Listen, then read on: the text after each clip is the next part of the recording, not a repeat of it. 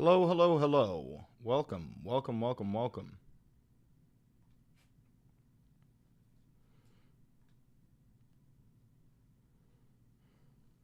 What's up, everybody? Welcome.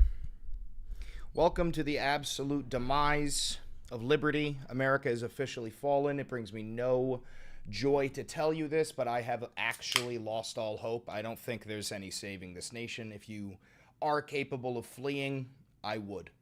I mean that wholeheartedly.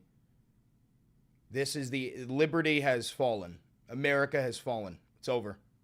It's absolutely over. Brings me no joy to say that. That's it. America's over. I can't possibly explain to you just how cooked we actually are.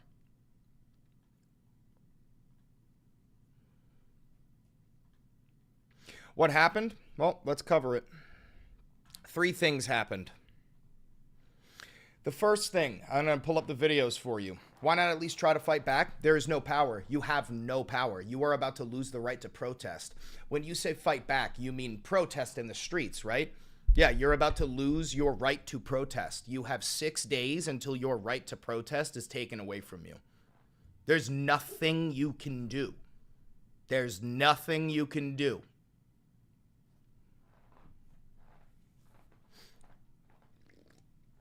So, let's cover. First thing that we have.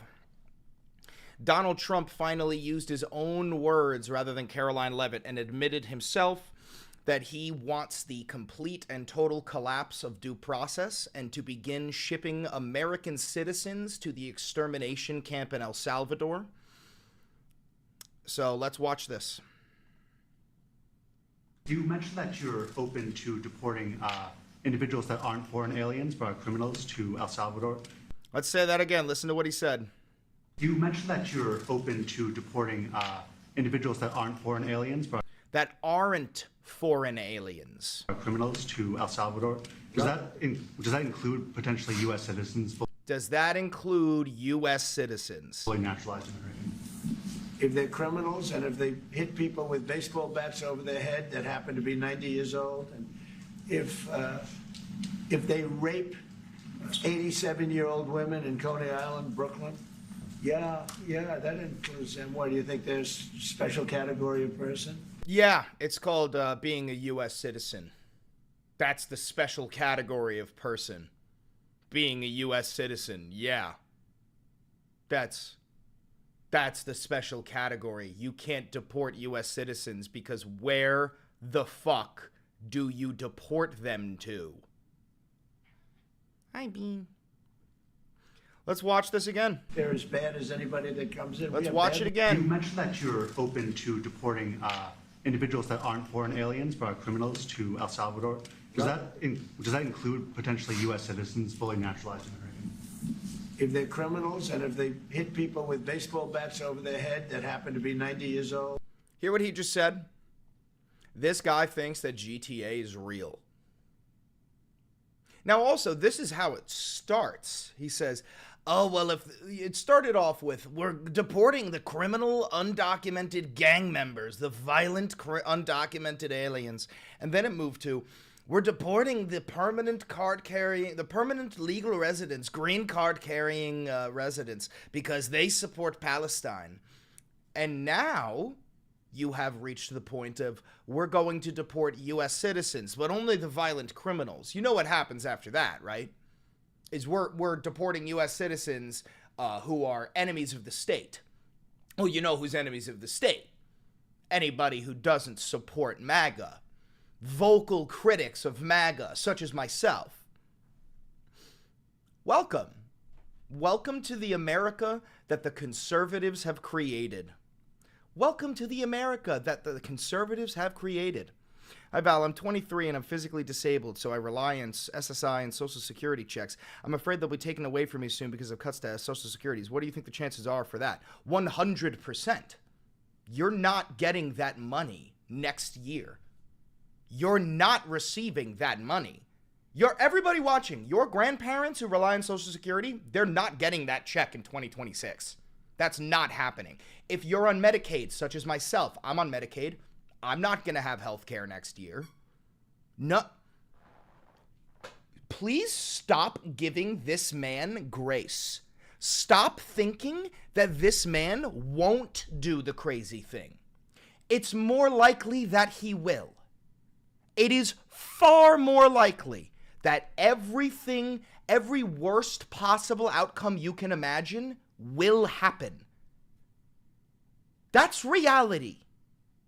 This is reality.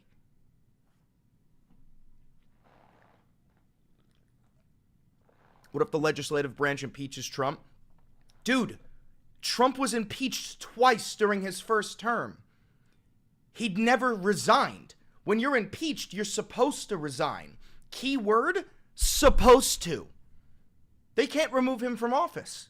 You cannot remove him from office. It's not possible. I don't think America understands that you just witnessed the actual death of liberty. You just witnessed the death of liberty. Yes, Matthew, yes, you're right. The camp in El Salvador is an extermination camp. They're exterminating those people. They're never leaving. They're never leaving. Let's watch the next clip that I've got for you. I don't understand what the confusion is. This individual is a citizen of El Salvador. He was illegally in the United States and was returned to his country. That's a complete bold-faced lie. They're talking about Kilmar Abrego Garcia.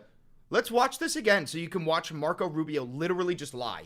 I don't understand what the confusion is. This individual is a citizen of El Salvador. He was illegally in the United States. That's not true. He was not illegally in the United States. He was a permanent legal resident, a green card member of the United States, a green card carrying member. And was returned to his country. That's where you deport people, back to their country of origin. Oh, that's where you deport people?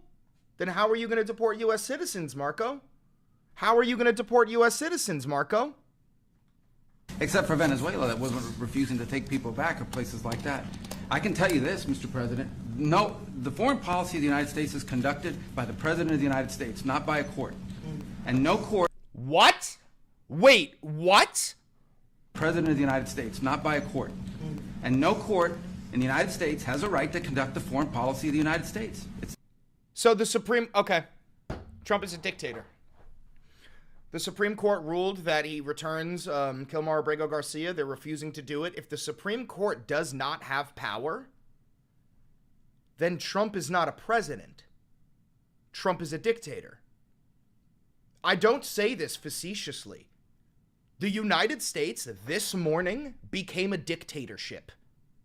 I'm 100% serious. Donald Trump is officially a dictator. He is no longer a president. If the Supreme Court cannot rule over him, there is no judicial system anymore. There is no separation of powers. There is no checks and balances. Donald Trump is officially a dictator. You, if you are American, you live under a dictator. You live in an authoritarian regime. Couldn't Trump be removed from 2/3 conviction to the Senate? Hey, Sam, who would remove him? Let's just say the Senate did that. What authoritative body would physically remove him from the White House? Tell me.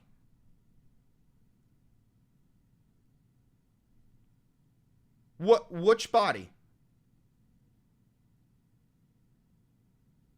There's nobody to do it. What's going on? The actual demise of American liberty. Watch. We're going to watch this again.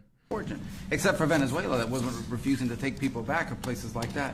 I can tell you this, Mr. President. No, the foreign policy of the United States is conducted by the President of the United States, not by a court. And no court in the United States has a right... He's referring to the Supreme Court. ...right to conduct the foreign policy of the United States. It's that simple. End of story. And that's what the Supreme Court held, by the way, to Marco's point. The Supreme Court said exactly what Marco said, that no court has the authority to compel the foreign policy function of the United States. We won a case 9-0, and people like CNN are portraying it as a loss. You didn't win the case 9-0. The Supreme Court ruled 9-0 that the Trump regime must facilitate the return of Kilmar Abrego Garcia because he was erroneously deported to an extermination camp.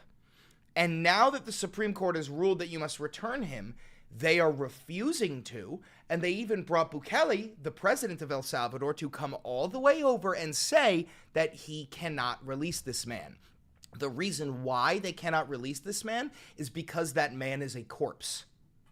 That man is a corpse, and they do not want the world to know what happens to the people that America sends to the El Salvadorian extermination camp.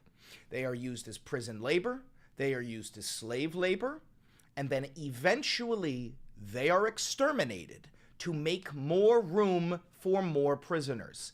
This is the reason why Trump was just caught on a hot mic in this interview asking Bukele to make more camps in preparation for the U.S. citizens he plans on deporting. If you are a student that went to one of these pro-Palestinian protests, you're on that list. Do you understand me? Holy fuck. As usual, because they want foreign terrorists in the country who kidnap women and children. But President Trump, his policy is foreign terrorists that are here illegally get expelled from the country, which, by the way, is a 90-10 issue. Well, Mr. President, you said that if the Supreme Court said someone needed to be returned, that you would abide by that. You said that on What can we do? Nothing whatsoever. Air Force One just a few days ago, and they said How long do we have that to answer it must this be question from facilitated. you? Why don't you just say, isn't it wonderful that we're keeping criminals out of our country? Why can't you just say that? Why do you go over and over, and that's why nobody watches you anymore? You know, you have no credibility. Please, go ahead. President Trump.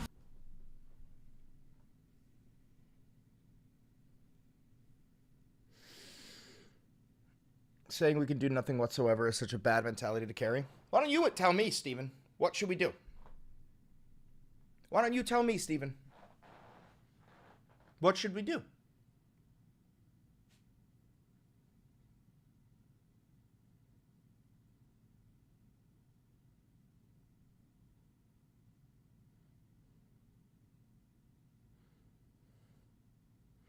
I said not bad. Learn to read. Saying we can do nothing whatsoever is such a sad mentality to carry. What? I said sad. That's what I read. That's what I said.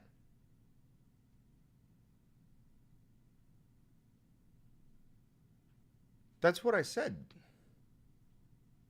You read out bad? I thought I read out sad, but why don't you answer the question? What should we do to prevent this?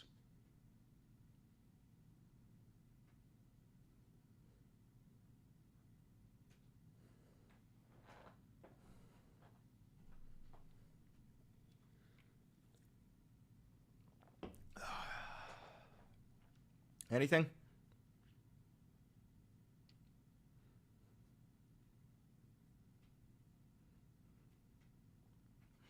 I wasn't saying there's anything to do. I'm simply saying it's sad to have that mentality. Yeah, well, listen, man. Sometimes you have to embrace reality. In this moment, there is nothing you can do. Perhaps there will be a future moment where there is something you can do. But in this moment, there is literally nothing any American citizen can do to prevent this. At all.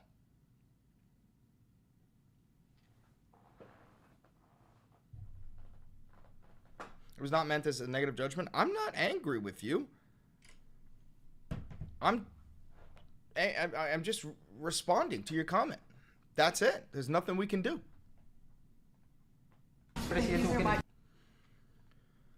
All right, and now we've got the whole ass meeting. We're going to watch this meeting. Okay.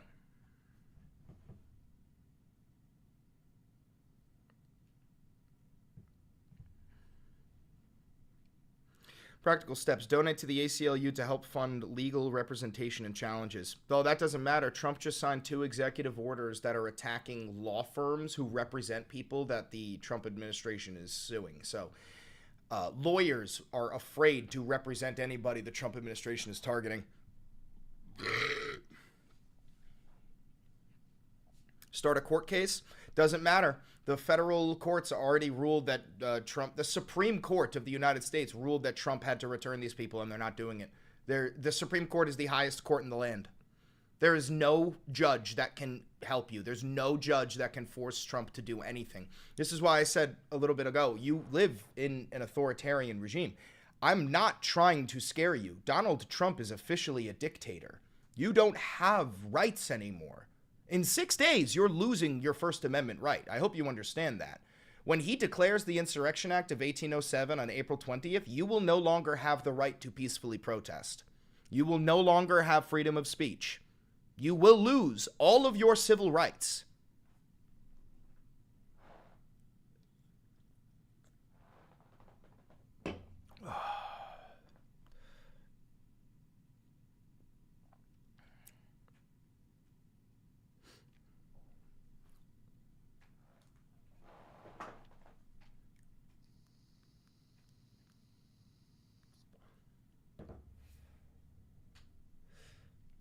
Can't move. How can me and my girlfriend stay safe? I don't fucking know. Keep your head down. Keep your head down.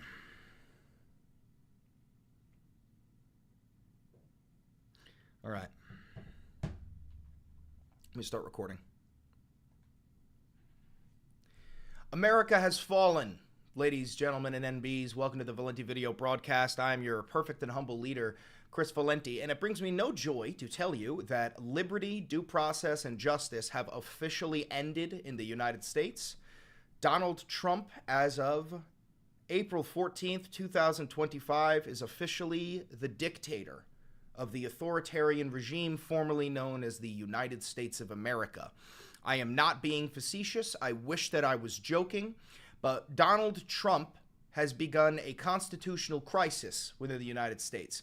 The Supreme Court ruled 9-0 that the Trump regime must facilitate the return of Kilmar Abrego Garcia, a man who was erroneously deported to the extermination camp in El Salvador known as CCOT. There has been no proof of life for this man, and the Trump regime is now defying the Supreme Court's ruling and has even invited another authoritarian leader, Nayib Bukele, the president of El Salvador, just to inform us about how fucked we are. Again, I hate to tell you this, but you now, if you live in America, you live under a dictator. Mainstream media will not say it the way that I will because I don't fucking pull my punches. I tell you how it is. Before we watch this, let me remind you to like, comment, subscribe, and hit the notification bell. We make these videos live. That's why you're seeing the chat there. If you want to be notified the next time we go live, make sure you hit the notification bell. If you want to help the channel financially, because this is real independent media and I have no funding, never had a conversation with an advertiser, there's a couple ways you could do it. You could become a patron on Patreon. You can join, become a member here on YouTube. You could buy some Valenti Videos merch down below, and you can use that 40% off discount on Ground News. So, without further ado, let's watch a little bit of this speech. But before we do, I want to show you short clips from some of the key moments of it, okay?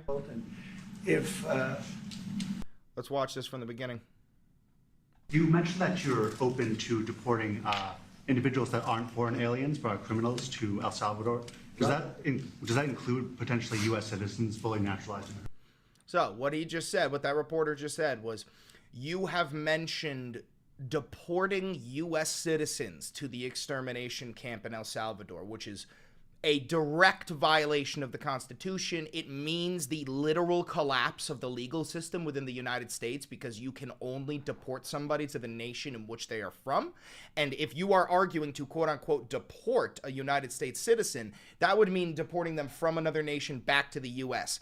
This is not deportation. This is reallocation to an extermination camp, much like how the Germans reallocated the Jews and the Romani people and the blacks and the mentally disabled and the gays and anybody who was a dissident of the Fuhrer to the concentration camps and extermination camps outside of Germany so that the average German didn't have to go see it and witness what was going on. So if you ever wondered what you would do during the Holocaust, whatever you're doing now is what you would have done during the Holocaust.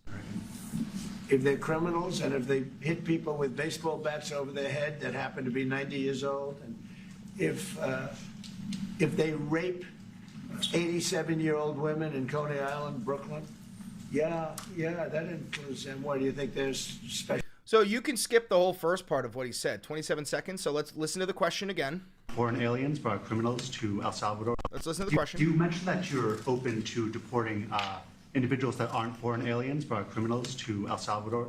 Does that include potentially U.S. citizens fully naturalized? Does that include U.S. citizens? And here's his answer. And what do you think? There's special category of person. What? Yeah, in Brooklyn.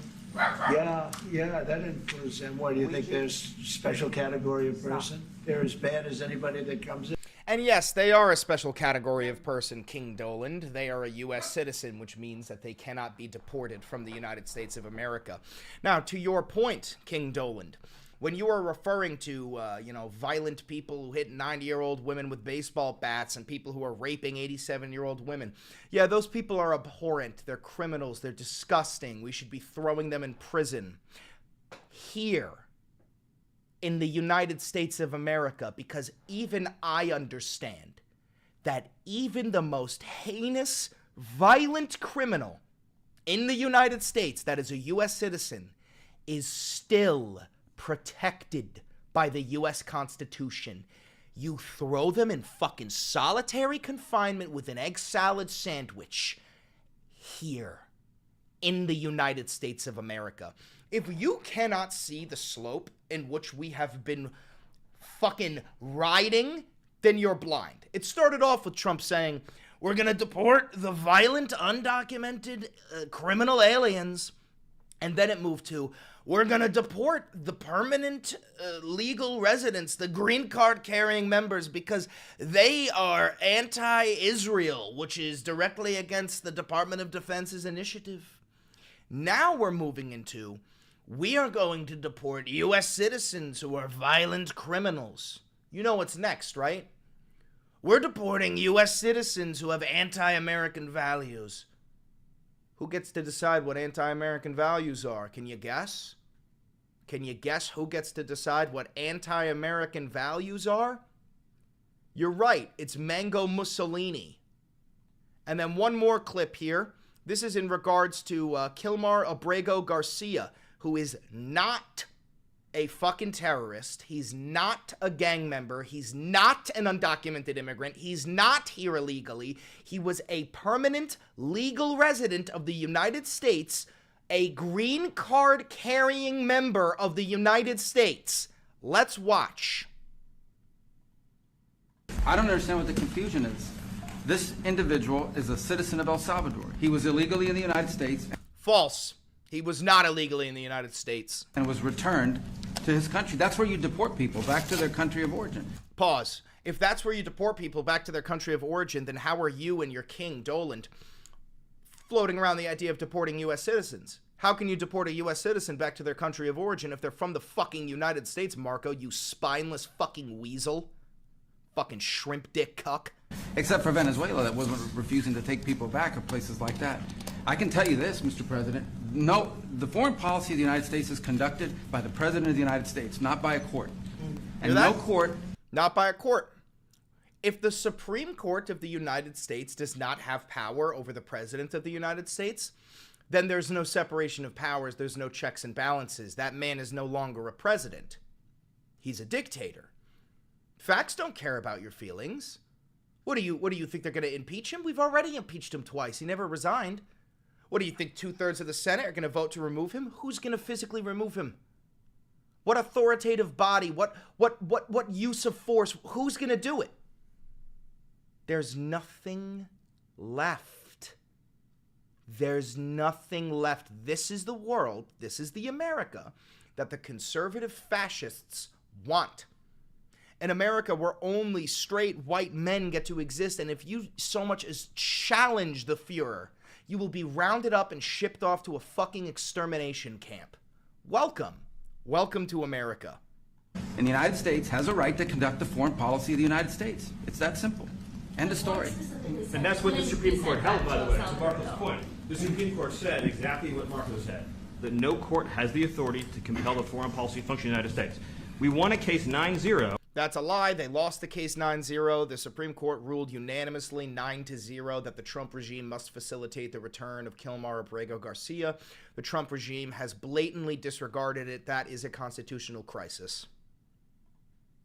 And people like CNN are portraying it as a loss, as usual, because they want foreign terrorists in the country who kidnap women and children. But President Trump, his policy is foreign terrorists that are here illegally get expelled from the country, which, by the way, is a 90-10 issue. Yeah, well, Kilmar Abrego Garcia was not here illegally. Well, Mr. President, you said that if the Supreme Court Nor said was he a someone foreign terrorist. needed to be returned, that you would abide by that. You said that on Air Force One just a few days ago. And they said that it must be facilitated. Listen to this question again. Listen to this. Foreign terrorists that are here illegally get expelled from the country, which, by the way, is a 90-10 issue. Well, Mr. President, you said that Jack, ban Valkyrie. if the Supreme Court said ban Jag. someone needed to be returned, that you would abide by that. You said that on Air Force One just a few days ago. And they said that it must be facilitated. Why don't you just say, isn't it wonderful that we're keeping criminals out of our country? Why can't you just say that? Why do you go over and over? And that's why nobody watches you anymore. You know, you have no credibility. Please, go ahead. President Trump, thank you very much. There we go. Real quick, guys, there will be absolutely no advocation for violence in my chat. You want to do that? Do it somewhere else. Don't do it in my fucking chat. I ain't going to be held liable for your dumbass fucking decisions to get you thrown in an extermination camp. I ain't going to be fucking held liable for it. He was a regular? Okay, then unban him and keep him in the corner for 24 hours. Very good. Who gave him that line? Do you think I can use that? Yes. And in fact, Mr. President, I make joke, don't ban. You stupid motherfuckers do not know what nation you live in. You can't make that joke. Take it from me. I've had the fucking Secret Service show up at my door. I've faced almost minimum 10 years in a federal prison, $100,000 fine. You cannot make those jokes. You don't live in a nation where you can make those jokes. They will pick your ass up at 4 in the fucking morning, and your family will never see you again. Do not make those jokes for your own fucking safety. Do you think I'm joking when I tell you you live in a fascist regime with a dictator? That's not a joke. That's not a joke. If there was ever an administration that you do not make that fucking joke with, it is this one. Very good. Who gave him that line? Do you think I can use that? Yes. and in fact, Mr. President, you have 350 million people to liberate. Yes. But to liberate 350 million people, you have to imprison some. You know, that's the way it works, right? You cannot just, free the criminals and think crime's going to go down magically. You have to imprison them so you can liberate 350 million Americans that are asking for the end of crime and the end of terrorism. And it can be done. I mean, you're doing it already. And I'm sure that people have seen the change in the streets. A long way to go because you're just initiating your second term. But it's clear that, with the The Oval numbers at the Office looks so border, gaudy now. That's the- because Trump gilded the entire Oval Office with gold. Have you not seen the before and after? It's fucking embarrassing. Let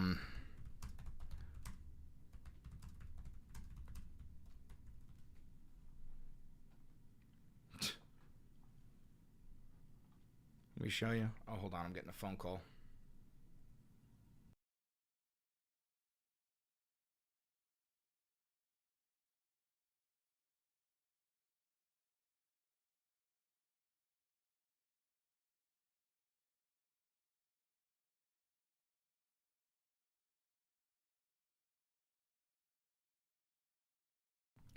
All right, chat. My weed delivery is about to be here, but just so you can understand, like the before and after.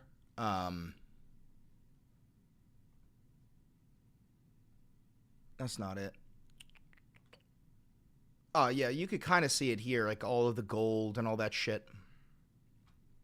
But listen, I'm gonna go grab that delivery. I'm gonna leave you guys with this going for a little bit. So just watch this, okay? I'll be right back. Very good. Who gave him that line? Do you think I can use that? Yes. And in fact, Mr. President, you have 350 million people to liberate. But to liberate 350 million people, you have to imprison some.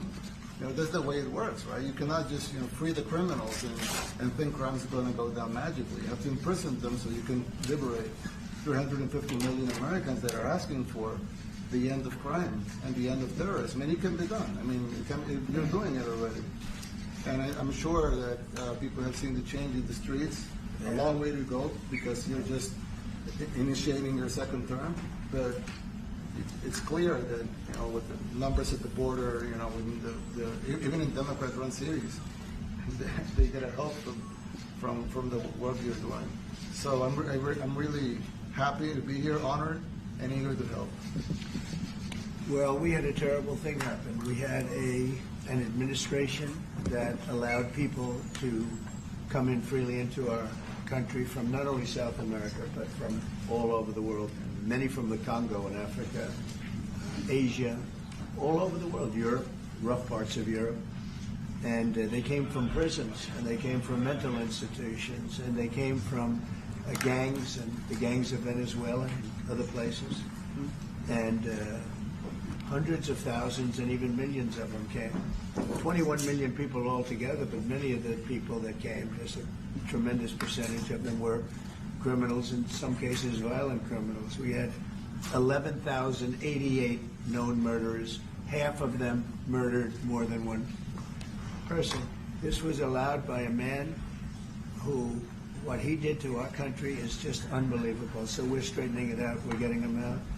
But what they did and what that party did to our country, open borders, anybody could come in. As soon as I heard that, I said, every prison's going to be emptied out into our country. That's what happened. And we're straightening it out. And we just had numbers. We had the highest recruiting numbers in the history of our country going into police departments. And a year ago, we had the lowest numbers. You couldn't hire a biggest police. change.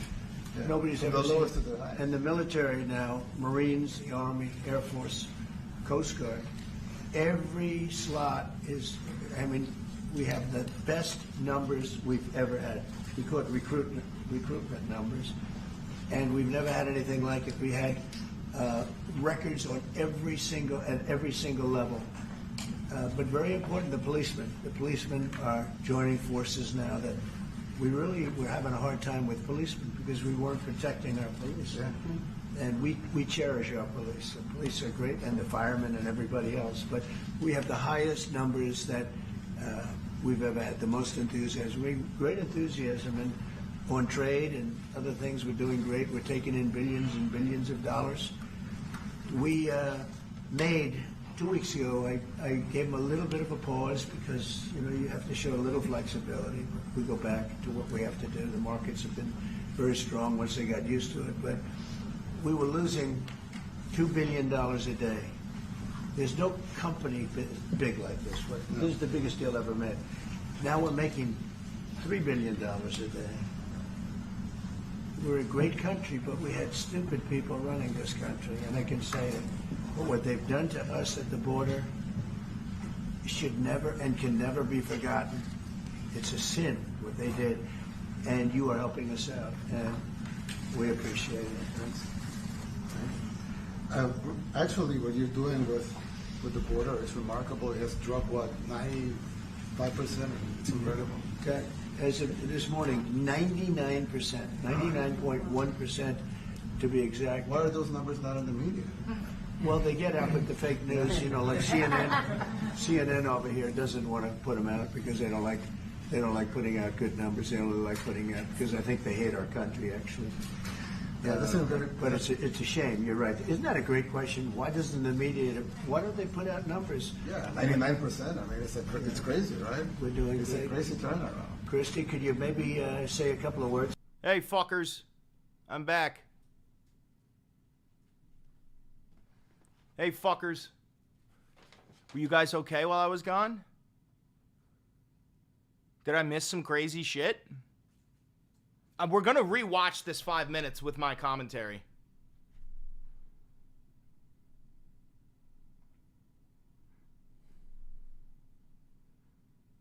All right. I'm gonna go take a fat fucking milky bong rip. Okay? Can I leave you for another 60 seconds? Can I leave you for another 60 to 90 seconds? I can't take you with me. You're plugged the fuck in. I can't take you with me. You stay here. You stay here, okay? It's about the border, how we're doing. You know, it's just been absolutely phenomenal what a great leader can do. Clear direction, our laws matter. We should only have people in our country that love us, and the Border Patrol and our ICE officers and law enforcement officers have done fantastic work. So we're proud of them. Now we just need to get the criminals and murderers and rapists and dangerous gang members and terrorist organizations out of our country. So, Mr. President Bukele, we thank you very much for your partnership. It has been wonderful for us to be able to have somewhere to send the worst of the worst and someone to partner with. And we'd like to continue that partnership because it's been a powerful message of consequences. Mr. President, you wanted people to know that there was consequences if you break our laws and harm our people and endanger families. And this is a clear consequence for the worst of the worst, that we have somewhere to put them. Thank you very much. Yeah, we even had this gang member from Venezuela, one of the ones you sent, and we interviewed him just to get some information, etc. from them. And he said, "Oh well, I got arrested 6 times, but they released me the 6 times, so I should be released again." And then he said, "Well, what's the last thing you do?" And he said, "Well, I shot a cop in the leg, but I didn't kill him. I just shot him in the leg." And we're like, this guy was arrested 6 times here in the United States, 6 times. He was released 6 times, and in the he was released 5 times, and the last time he was sent to El Salvador, right? So he's not getting released. But the last time he shot a cop, actually, and he shot him in the leg. So these are, like you said, there's something broken. The liberal establishment. But they're not running things anymore in this country, and they're run. Oh, what the fuck is going on in my chat right now? What the fuck is going on? Hi, Mr. Bean.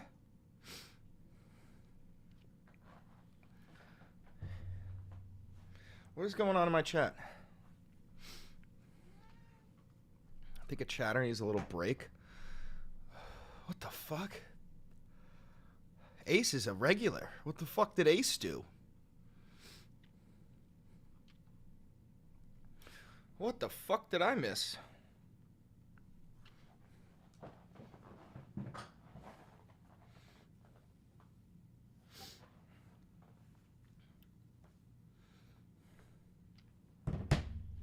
All right. He's mad because you scolded him. I don't even remember scolding him. I don't even remember what the fuck he said to have called him out. Jack, did you ban him or put him in the corner?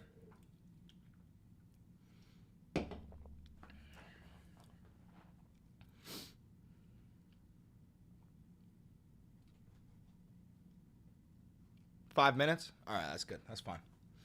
I don't even know what the fuck is going on.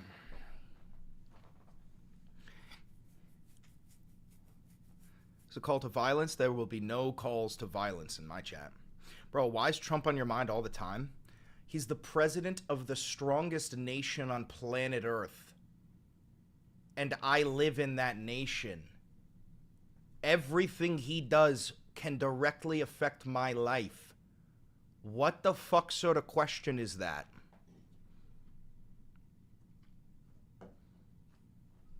That is so fucking stupid. Beans. He lives rent-free, huh? Yeah, I'm a political commentator. And he's the president of my nation, and my nation is the leader of the free world, or was. Let me ask you something. Do you think the president of the United States is the most powerful position on earth? Masterclass. Do you think being the president of the United States is the most powerful position on planet Earth?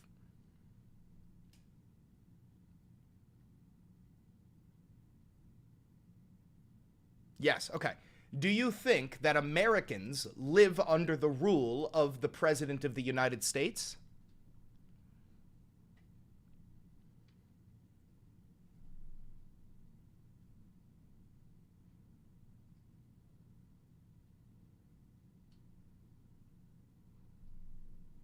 No? Well, that's incorrect. No, the government, not only the president, not a dictatorship. Well, now you live under a dictatorship, but my point being is that the president of the United States is the president of the American people. Yes? That the American people are represented by the president of the United States of America. Yes?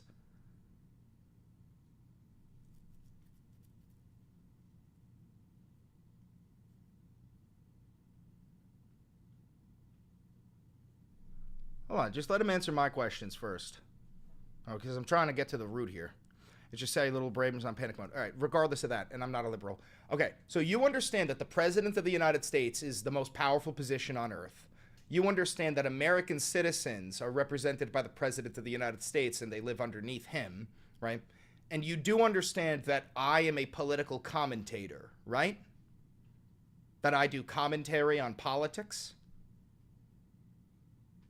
Do you understand that last part? Yeah, I guess. Okay, so then I'm hoping you can understand that there's no person higher than Trump, except maybe Elon Musk, that I can critique, because that's the top dog, right? You understand that's the top dog.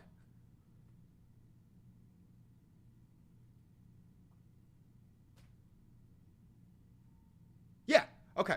So please tell me why it doesn't make sense to you that I, a political commentator, is commentating on this.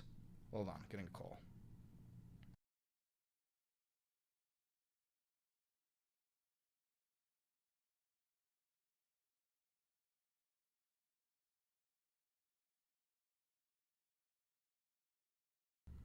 Must have been spam.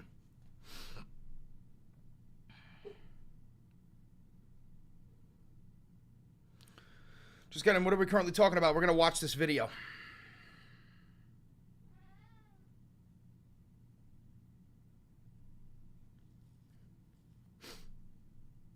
Okay, so I have to start the recording again, by the way. I think Masterclass got my point there. I think he feels a little silly now.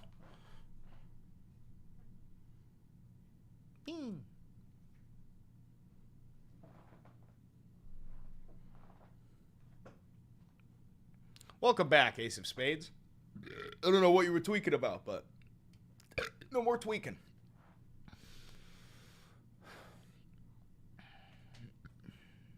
I have seen the video. NGTX. Ace of Spades, just fucking drop it and move on. Jesus Christ. Just drop it and move on. We got work to do. We got work to do. We got to do the work now. All right? Now, I'm going to start the recording again. Once Beans crosses the camera. Come on, Bean. There he goes.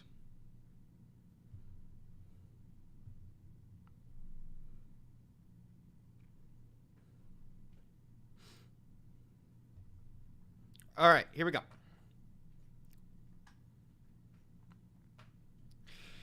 Ladies, gentlemen, and NBs, you are about to watch the actual collapse of the justice system. Hi, how are you? I'm Chris Valenti, your perfect and humble leader.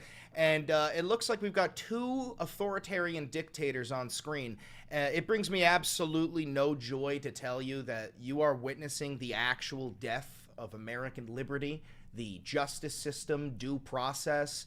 As you know, if you watch my videos, the Supreme Court ruled 9-0 unanimously. They ruled that the Trump administration must facilitate the return of Kilmar Abrego Garcia, who is a man who was erroneously, wrongfully deported to the extermination camp in El Salvador known as CCOT.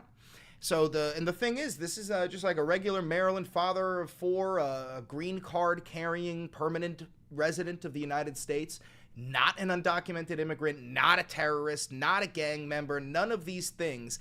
And even the White House admitted themselves that he was wrongfully deported, and that's why the Supreme Court ruled that he must be returned.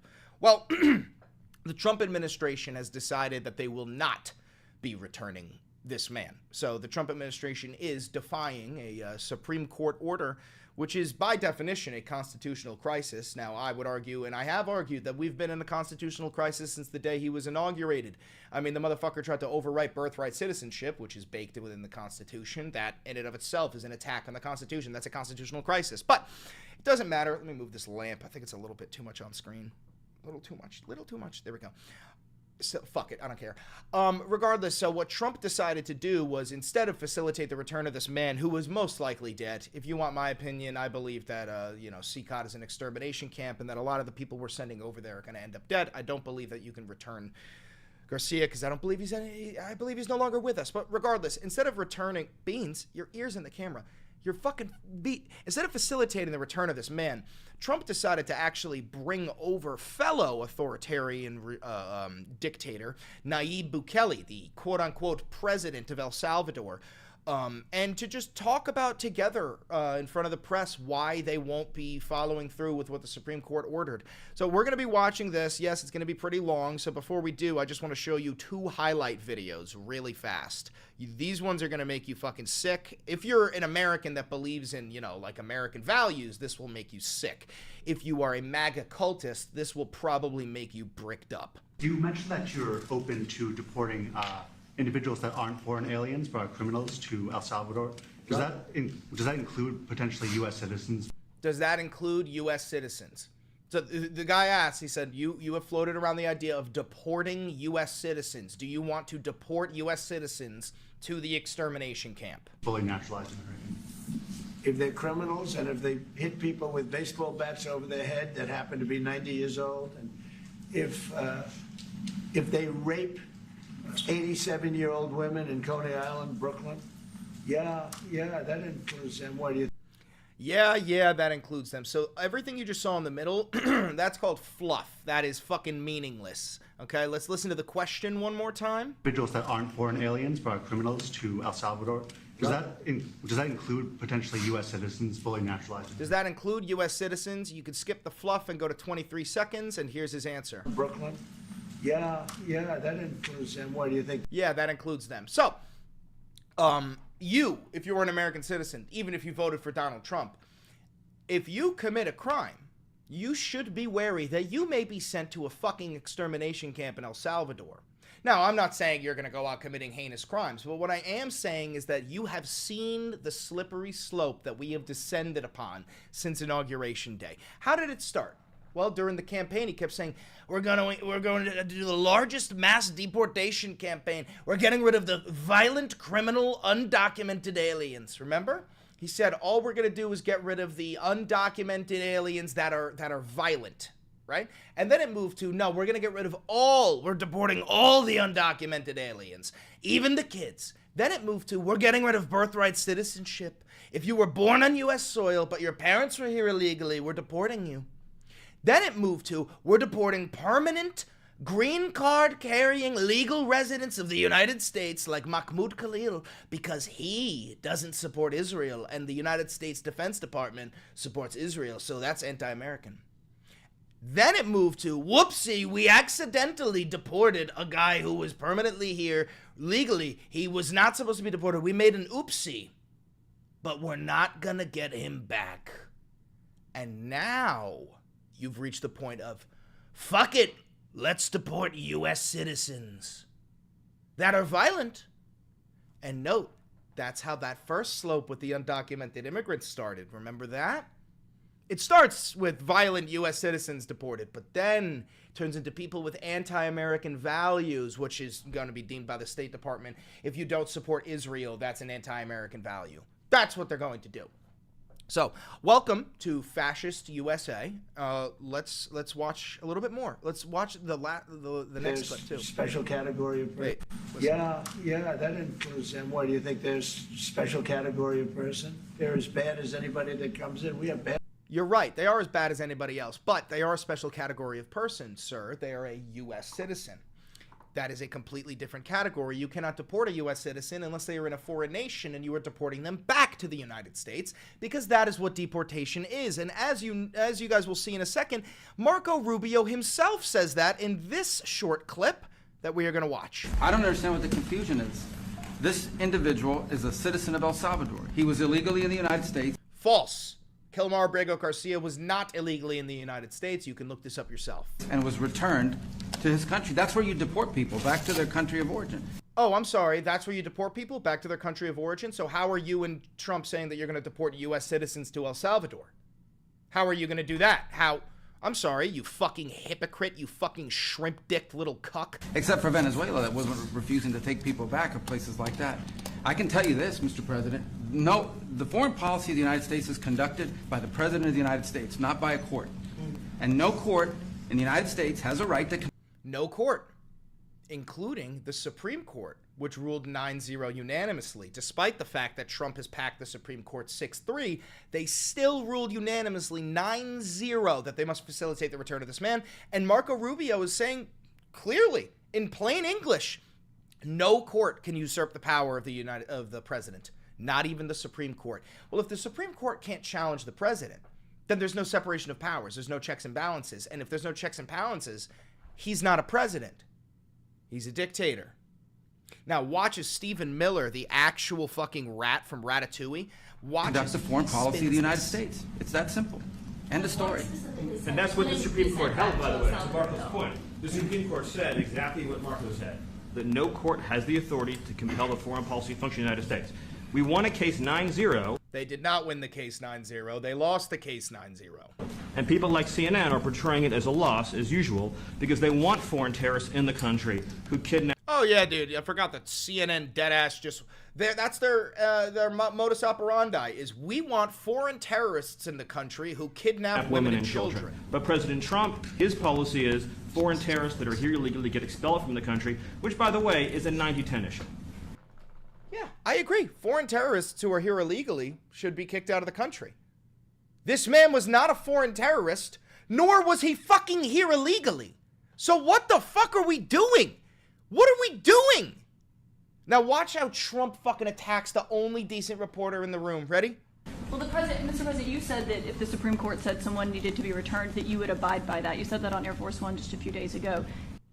Pretty simple question. Well, hold on, Mr. President. You said that if the Supreme Court says you got to bring them home, that you would bring them home. That's what you said a few days ago. And they said that it must be facilitated. Why don't you just say, isn't it wonderful that we're keeping criminals out of our country? Why can't you just say that? Why do you... Why can't you just cradle my nuts and stroke my shaft? Why can't you blow the smoke, clean up my ass, and tell me, oh, Big Daddy Donnie, you're a good boy. You've done so good. Over and over, and that's why nobody watches you anymore. You know, you have no credibility. Please, go ahead. All right, so you saw him have his little crash out. Now, let's watch this fucking meeting. I'm going to increase the speed of this because this is going to be way too fucking long. Get ready for it. And before we do dive in, I want to remind you to like, comment, subscribe, and hit the notification bell. That costs you nothing, and it helps me immensely. You can see the chat over here popping up in 3, 2, 1, and that's because we record these videos live. If you want to be in part of the chat, make sure you hit the notification bell so that you can get notified when we go live. Say hi, everybody in the chat. Say hi. On top of that, if you do want to help the channel financially, there's a couple ways you could do it. You could become a patron on Patreon. Big shout out to all my patrons. You could become a member here on YouTube. Big shout out to all my members. You can also buy some Valenti Videos merch down below. You can use the 40% off discount for the Vantage subscription on Ground News down below, and you could just like donate money through like Super Thanks and all that shit. But regardless, let's dive right into it and let's watch. Very good. Who gave him that line? Do you think I can use that? Yes. And in fact, Mr. President, you have 350 million people to liberate. Yes. But to liberate 350 million people, you have to imprison some. You know, that's the way it works, right? You cannot just free the criminals and think crimes are going to go down magically. You have to imprison them so you can liberate 350 million Americans that are asking for. If you don't know who this is, by the way, this is El Salvador's quote-unquote president, Nayib Bukele. He's actually an authoritarian dictator. And what he did was he lowered the crime rate of El Salvador down to like the lowest crime rate in the Western world by literally imprisoning everybody in the nation who had neck tattoos. Not everybody who had gang-affiliated tattoos. Everybody in the nation who had neck tattoos was thrown in prison. That's not a joke. For the end of crime and the end of terrorism. And it can be done. I mean, you're doing it already. And I'm sure that people have seen the change in the streets. A long way to go because you're just initiating your second term. But it's clear that, with the numbers at the border, when even in Democrat-run cities, they get help from the wealthiest line. So I'm really happy to be here, honored, and eager to help. Well, we had a terrible thing happen. We had an administration that allowed people to come in freely into our country from not only South America, but from all over the world, many from the Congo in Africa, Asia, all over the world, Europe, rough parts of Europe. So this is like a two-pronged thing. It's like a truth and a lie. It is true that the Biden administration had like a remain in U.S. policy, which meant that you could cross the border illegally and then you could await your court. Luigi, what's wrong? You could you can come over to the United States illegally and then await your court date or your asylum date in the United States. But the lie there is that Joe Biden deported more people than Donald Trump did. Joe Biden deported like 4 million fucking people during his term.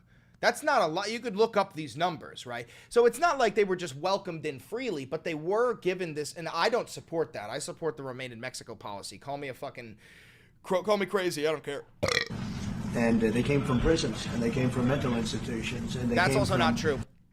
There's been not a single shred of evidence that these nations in South America were emptying out their prisons and mental institutions and all that shit. The gangs of Venezuela and other places, and hundreds of thousands and even millions of them came.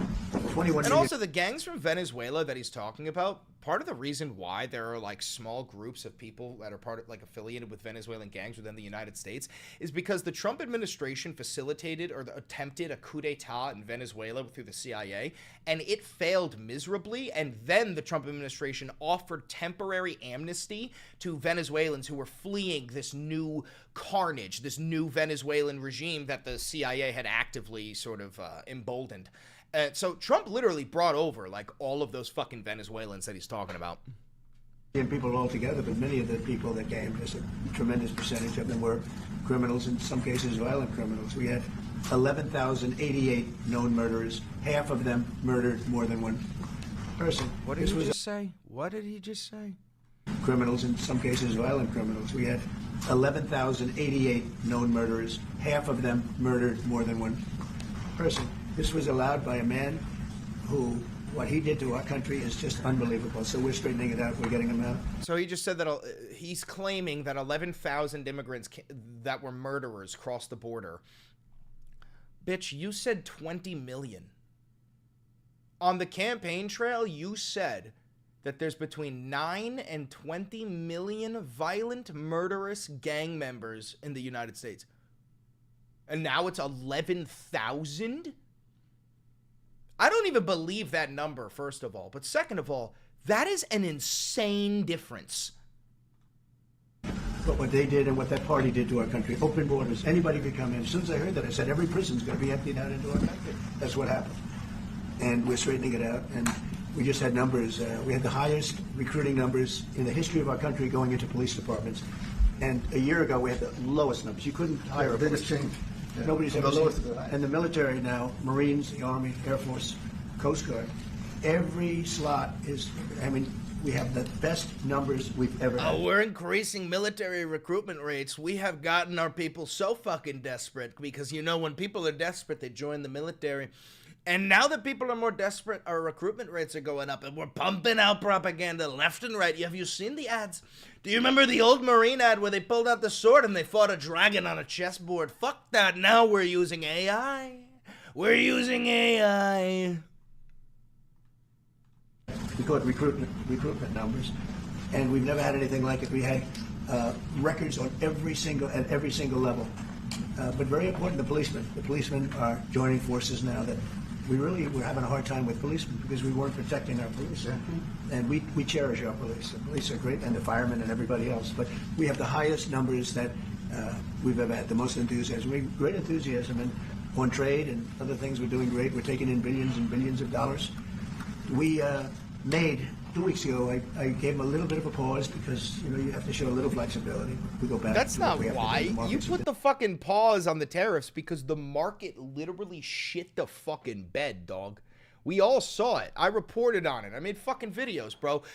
Also, I haven't even checked the fucking market once today. Why don't we just do this super quick, just so I can show you how easy it is to debunk Trump and his fucking lies. Look, ready? Super simple.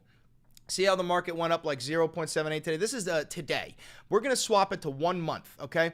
All of this, look at this. So Trump has floated around, he's been floating around the idea of these big tariffs. He's like, we're putting a tariff on Mexico and Canada, and then he pulls it. And so the market is bad, right, before the tariffs, but it's not that bad.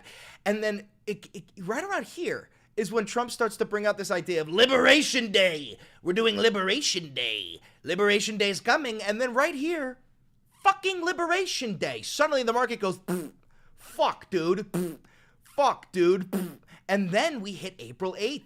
And rumors start to spread that Trump is putting a 90-day pause on his tariffs. And then April 9th, bang, the tariff pause comes through, and the market starts to slowly come back. But guess what he does then? He raises the tariffs on China, right? Tariff on Chinese goods like 145%, and it goes back down again. Now it's slowly making his way back up as he puts in more and more different things that are no longer going to be tariffed, like phones from China or microchips from China, because the American economy can't fucking sustain it. Bang, that probably took me less than goddamn 2 minutes to fucking debunk. I hate this goddamn man. Very strong once they got used to it, but we were losing $2 billion a day. There's no company big like this, but this is the biggest deal ever made. Now we're making $3 billion a day. We're a great country, but we had stupid people running this country, and I can say what they've done to us at the border should never and can never be forgotten. It's a sin, what they did. It's a sin. And you are helping us out, and we appreciate it. You are helping us out. What do you mean, dude? You are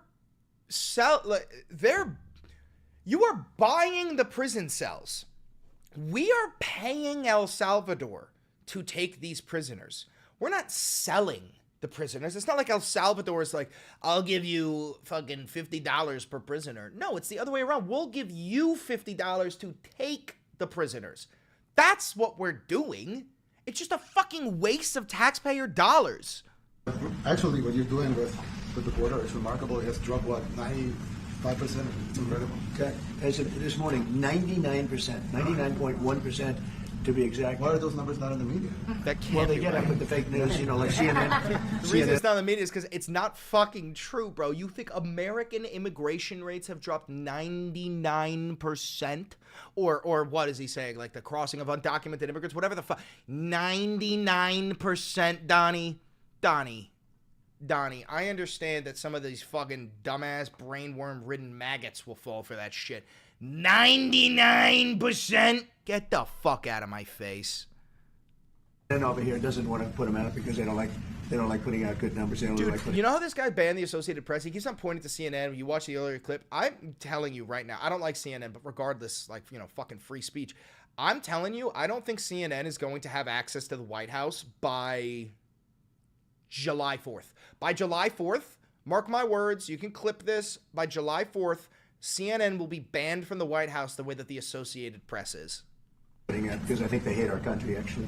See what I mean? But it's a shame. You're right. Isn't that a great question? Why doesn't the media? Why don't they put out numbers? Yeah, I think they hate our country. Like, dude, he's literally just saying that anybody who doesn't support him, anybody who reports badly on him, does not like the country. You are anti-American. This is the slope I was talking about. That's why he wants to deport U.S. citizens, so that eventually you can do exactly what fucking Hitler did. Hitler didn't just round up the Jews and the Romanis and the blacks and the disabled. No, Hitler also rounded up his dissidents. He also rounded up native German-born people who did not support him because there's no room for dissidents in a fascist regime. Jeez.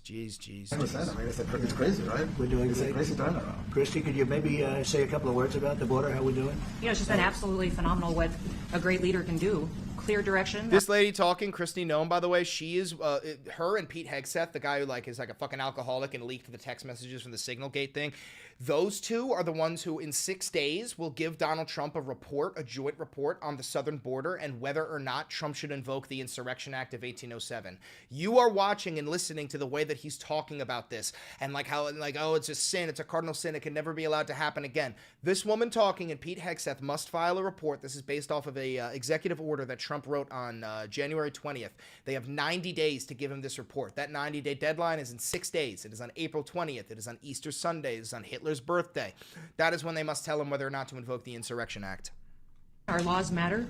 We should only have people in our country that love us, and we should only have people in the country that love us. Do you hear that? Do you hear that? Now, here's the thing. I love America, but I criticize America because I love her so much. I want her to do better. I want her to be a better fucking nation for when I hand her over to my fucking children. But that is important, is to look at the mistakes of history and learn from them and apply and move forward. They are going to say that even that means you don't love America. We're so fucked. And our ICE officers and law enforcement officers have done fantastic work, so we're proud of them. Now we just need to get... Oh yeah, the ICE officers did a great job in fucking rounding up Mahmoud Khalil and Romesia with their fucking masks on, hiding their identities. Criminals and murderers and rapists and dangerous gang members and terrorist organizations out of our country. So, Mr. President Bukele, we thank you very much for your partnership. It has been wonderful for us to be able to have somewhere to send the worst of the worst and someone to partner with. Yeah, oh my God, dude, this is literally how the fucking Nazis would be talking to like I don't even know, like the Polish, what were they called when you work hand in hand with the Nazis? But the Polish guys who helped put up the fucking concentration camps. This is so goddamn disgusting to watch. You are watching the actual collapse of American liberty in front of your own fucking eyes. And we'd like to continue that partnership because it's been a powerful message. I'd like to note that I don't think there's a single person of color in this room. I mean, granted, there's this guy, but I mean, where are all the black women? Where are the black men? What the fuck is going on? Message of consequences. Mr. President, you wanted people to know that there was consequences if you break our laws and harm our people and endanger families. And this is a clear consequence for the worst of the worst. Hey, do harass, likiri. Likiri. Likiri. Likiri. Sorry, guys. Luigi's going crazy. We have somewhere to put them.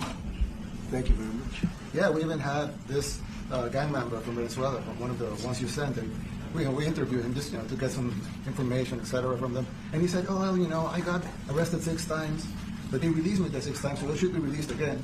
And then he said, well, what's the last thing you do? And he said, well, I shot a cop in the leg, but I didn't kill him. I just shot him in the leg. And we're like, this guy was arrested 6 times here in the United States, 6 times. He was released 6 times. And in the he was released 5 times, and the last time he was sent to El Salvador, right? So he's not getting released. But let me explain something really fast for people who are here with, I don't know, who are here with bad intent. If somebody is an undocumented immigrant who is here illegally and they commit a violent crime, such as shooting a cop in the leg, I fully support putting them through due process, because everybody within the United States is entitled to due process, to punishing them to the fullest extent of the law, and then deporting them to a prison in their nation. That's not the problem. The problem is that they're not getting due process. You need to be able to prove whether you are innocent or guilty. If I accuse you of being an undocumented immigrant, don't you want the chance to prove in court that you're actually not a fucking undocumented immigrant? That's what due process is. And on top of that, we now have confirmed cases of people who are not undocumented immigrants being sent to El Salvador. The Supreme Court rules that they must be returned, and the Trump administration says, fuck you. And this guy on the fucking left tweets out, too late, oopsie. He literally tweeted that out. the last time he shot a cop, actually, and he shot him in the leg. So these are, like you said, there's something broken. The liberal establishment, but they're not running things anymore in this country, and we're run by, and I don't say conservative, I don't say anything, we're run by people with great common sense. Yeah, common sense. Because it's all common sense. Yeah. It's not liberal conservative, it's common sense. Exactly. Like, do you allow men to play in women's sports? Do you allow men to box your women and box? Because I know you have a lot of boxing. Dude, this guy's always so obsessed with trans people. He's bringing up trans people to the fucking president of El Salvador. That's abuse of a woman. It's abuse of a woman. But we have people that fight to the death because they think men should be able to play. Just so you understand, that, like, these are the people Trump loves: authoritarians, dictators. He loves Putin. He loves this guy. He loves Erdogan. He loves Kim Jong-un. He loves Xi. This is who he is. Sports, and some of those sports, it wouldn't matter much, but it still matters. But some of them are very dangerous for women. Some years ago, like you said, a decade ago or so, women's rights movements were pressuring so that we enacted specific laws to avoid men abusing women. And I think those laws were brave because there were a lot of men abusing women. But now some of the same people are trying to backtrack on that and actually trying to make new laws allowing men to abuse women in sports. So actually, that doesn't make I sense. love it when these two talk about men abusing women because I have no evidence to back this up, but I am certain this man abuses women. And I do have evidence to back up that this fucking man does. He was goddamn he was held liable for the rape of E. Jean Carroll. You heard him on video saying, you could just do whatever you want to women. You could grab them by the pussy. Like, you've heard this guy and the way that he talks about women. That's unbelievable. It doesn't make sense. You know, they have weightlifting records, right? Yeah. A woman gets up and swings. She's incredible. A guy gets up and beats her by 100 pounds. What are you going to do? A record that hadn't been broken in 18 years. You know, they put on an ounce, quarter of an ounce, eighth of an ounce.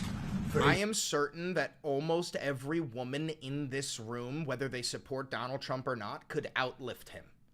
Donald Trump has unironically said that he doesn't believe in exercise because the human body has a finite amount of energy and exercise depletes it. He literally said that.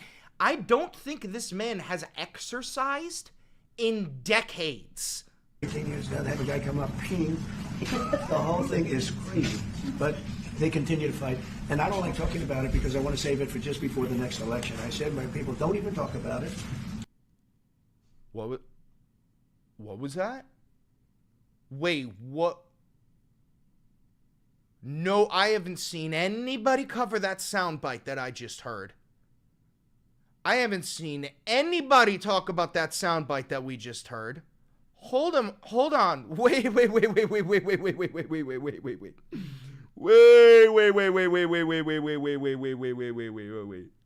want to save it for just before the next election. I said, my people, don't even talk about it because they'll change.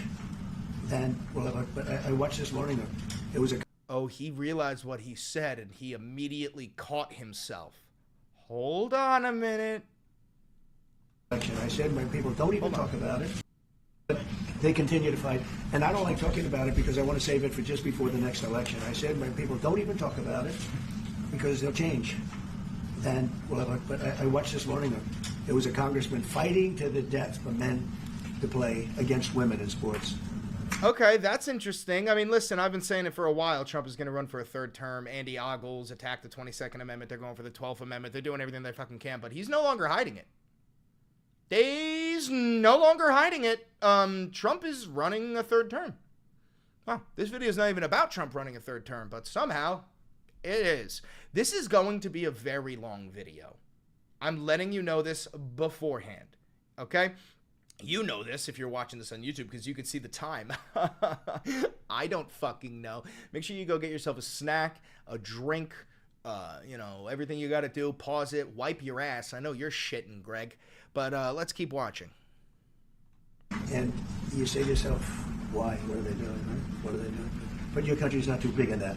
No, of course not. We're big in protecting women. Good. Yeah. That's a very important form of protection. Yeah. And as you can see, most of my $2 donation from JD Dubois, 2007. I am the better of the JDs, especially Vance. You are.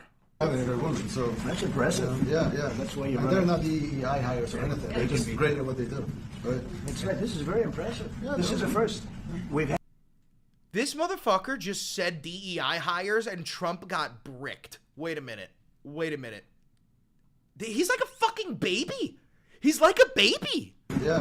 That's why you're And they're not DEI hires or anything. They're can just be. great at what they do. Right? That's right. Look, his eyes are, he said DEI. This is very impressive. Yeah, This no. is a first. We've had women, but we've never had three of them right here. 4 and 3 men. Look at what we have. You guys feel a little bit mistreated? That's good. I like it. We've been advanced. I've been very advanced in that regard too. Who We are have these women? Pam, who's been so fantastic. Christy, and the most powerful woman they say anywhere. know, exactly. They're all afraid of her. Susie Wells. They say, oh, she's tough. Most powerful woman in the world, according to magazines. What do I know? What about your wife, dog? Hey, Luigi, du har ras, likirri. Kom till Hilfe, Laus, kom till Hilfe. Kom, bosserhund, kom. All right. What about your wife, dog? The first lady? But I think she probably is. Yeah. Yeah, she probably is. Congratulations. And Stephen, who's done such a great job. Stephen We Miller, have the just- fucking we have Nazi. Very famous stuff. But we love working with him. He really lets him have it. Right? Yeah, exactly. There's no games. No. It's very good. He knows. Do you have any questions, please?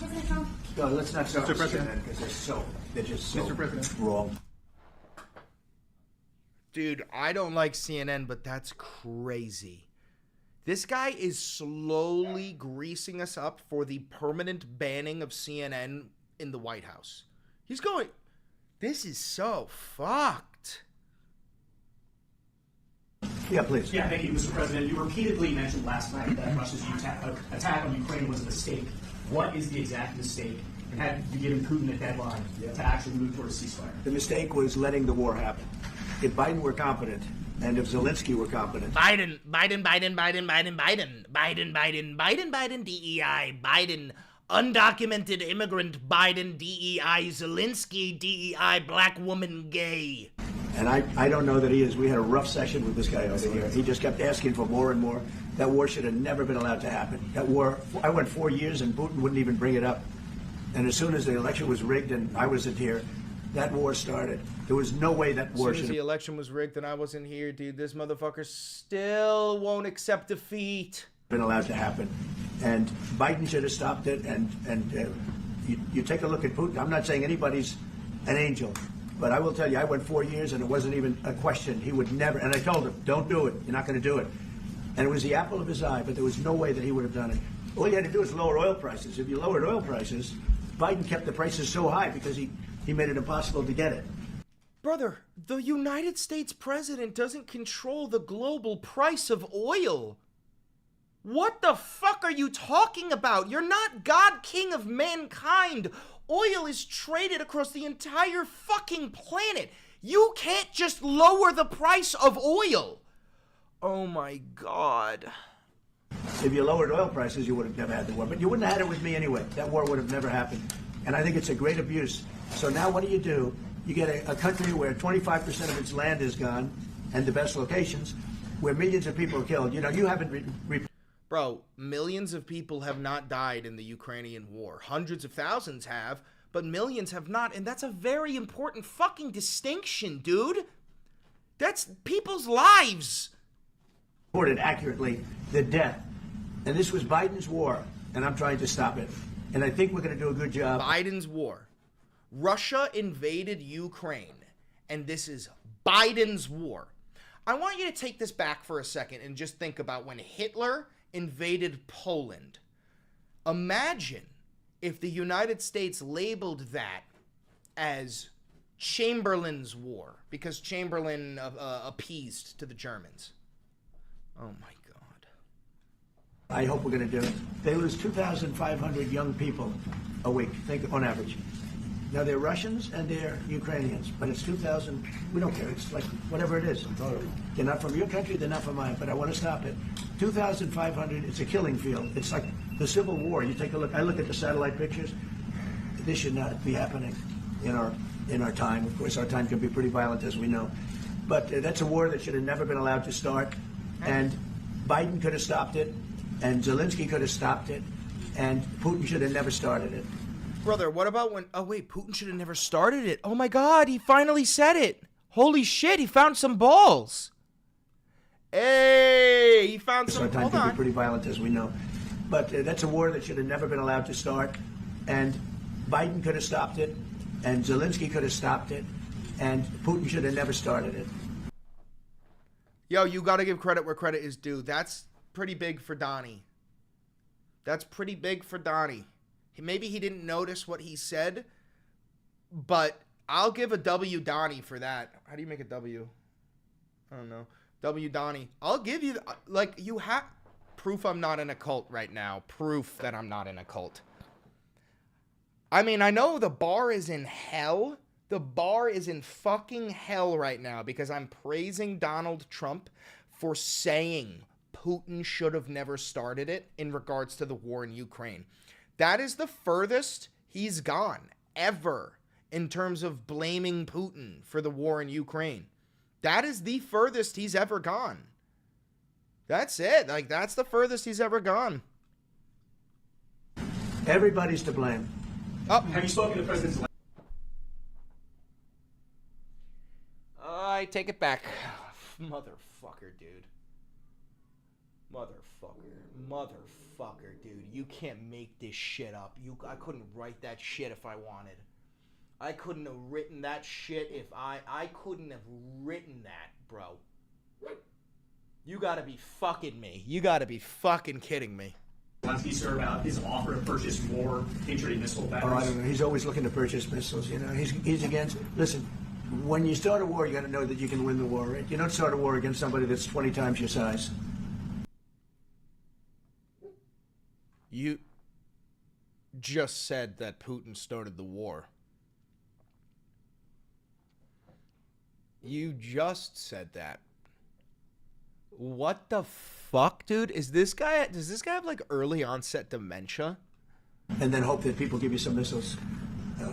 If we didn't give them what we gave, remember I gave them javelins.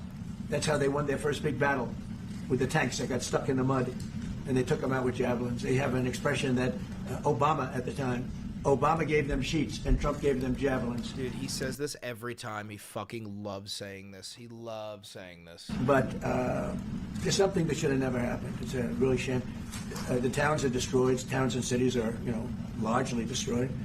They have the spires, the beautiful spires that go up. They say that we're the most beautiful in the world in Ukraine for whatever reason, but the most beautiful in the world.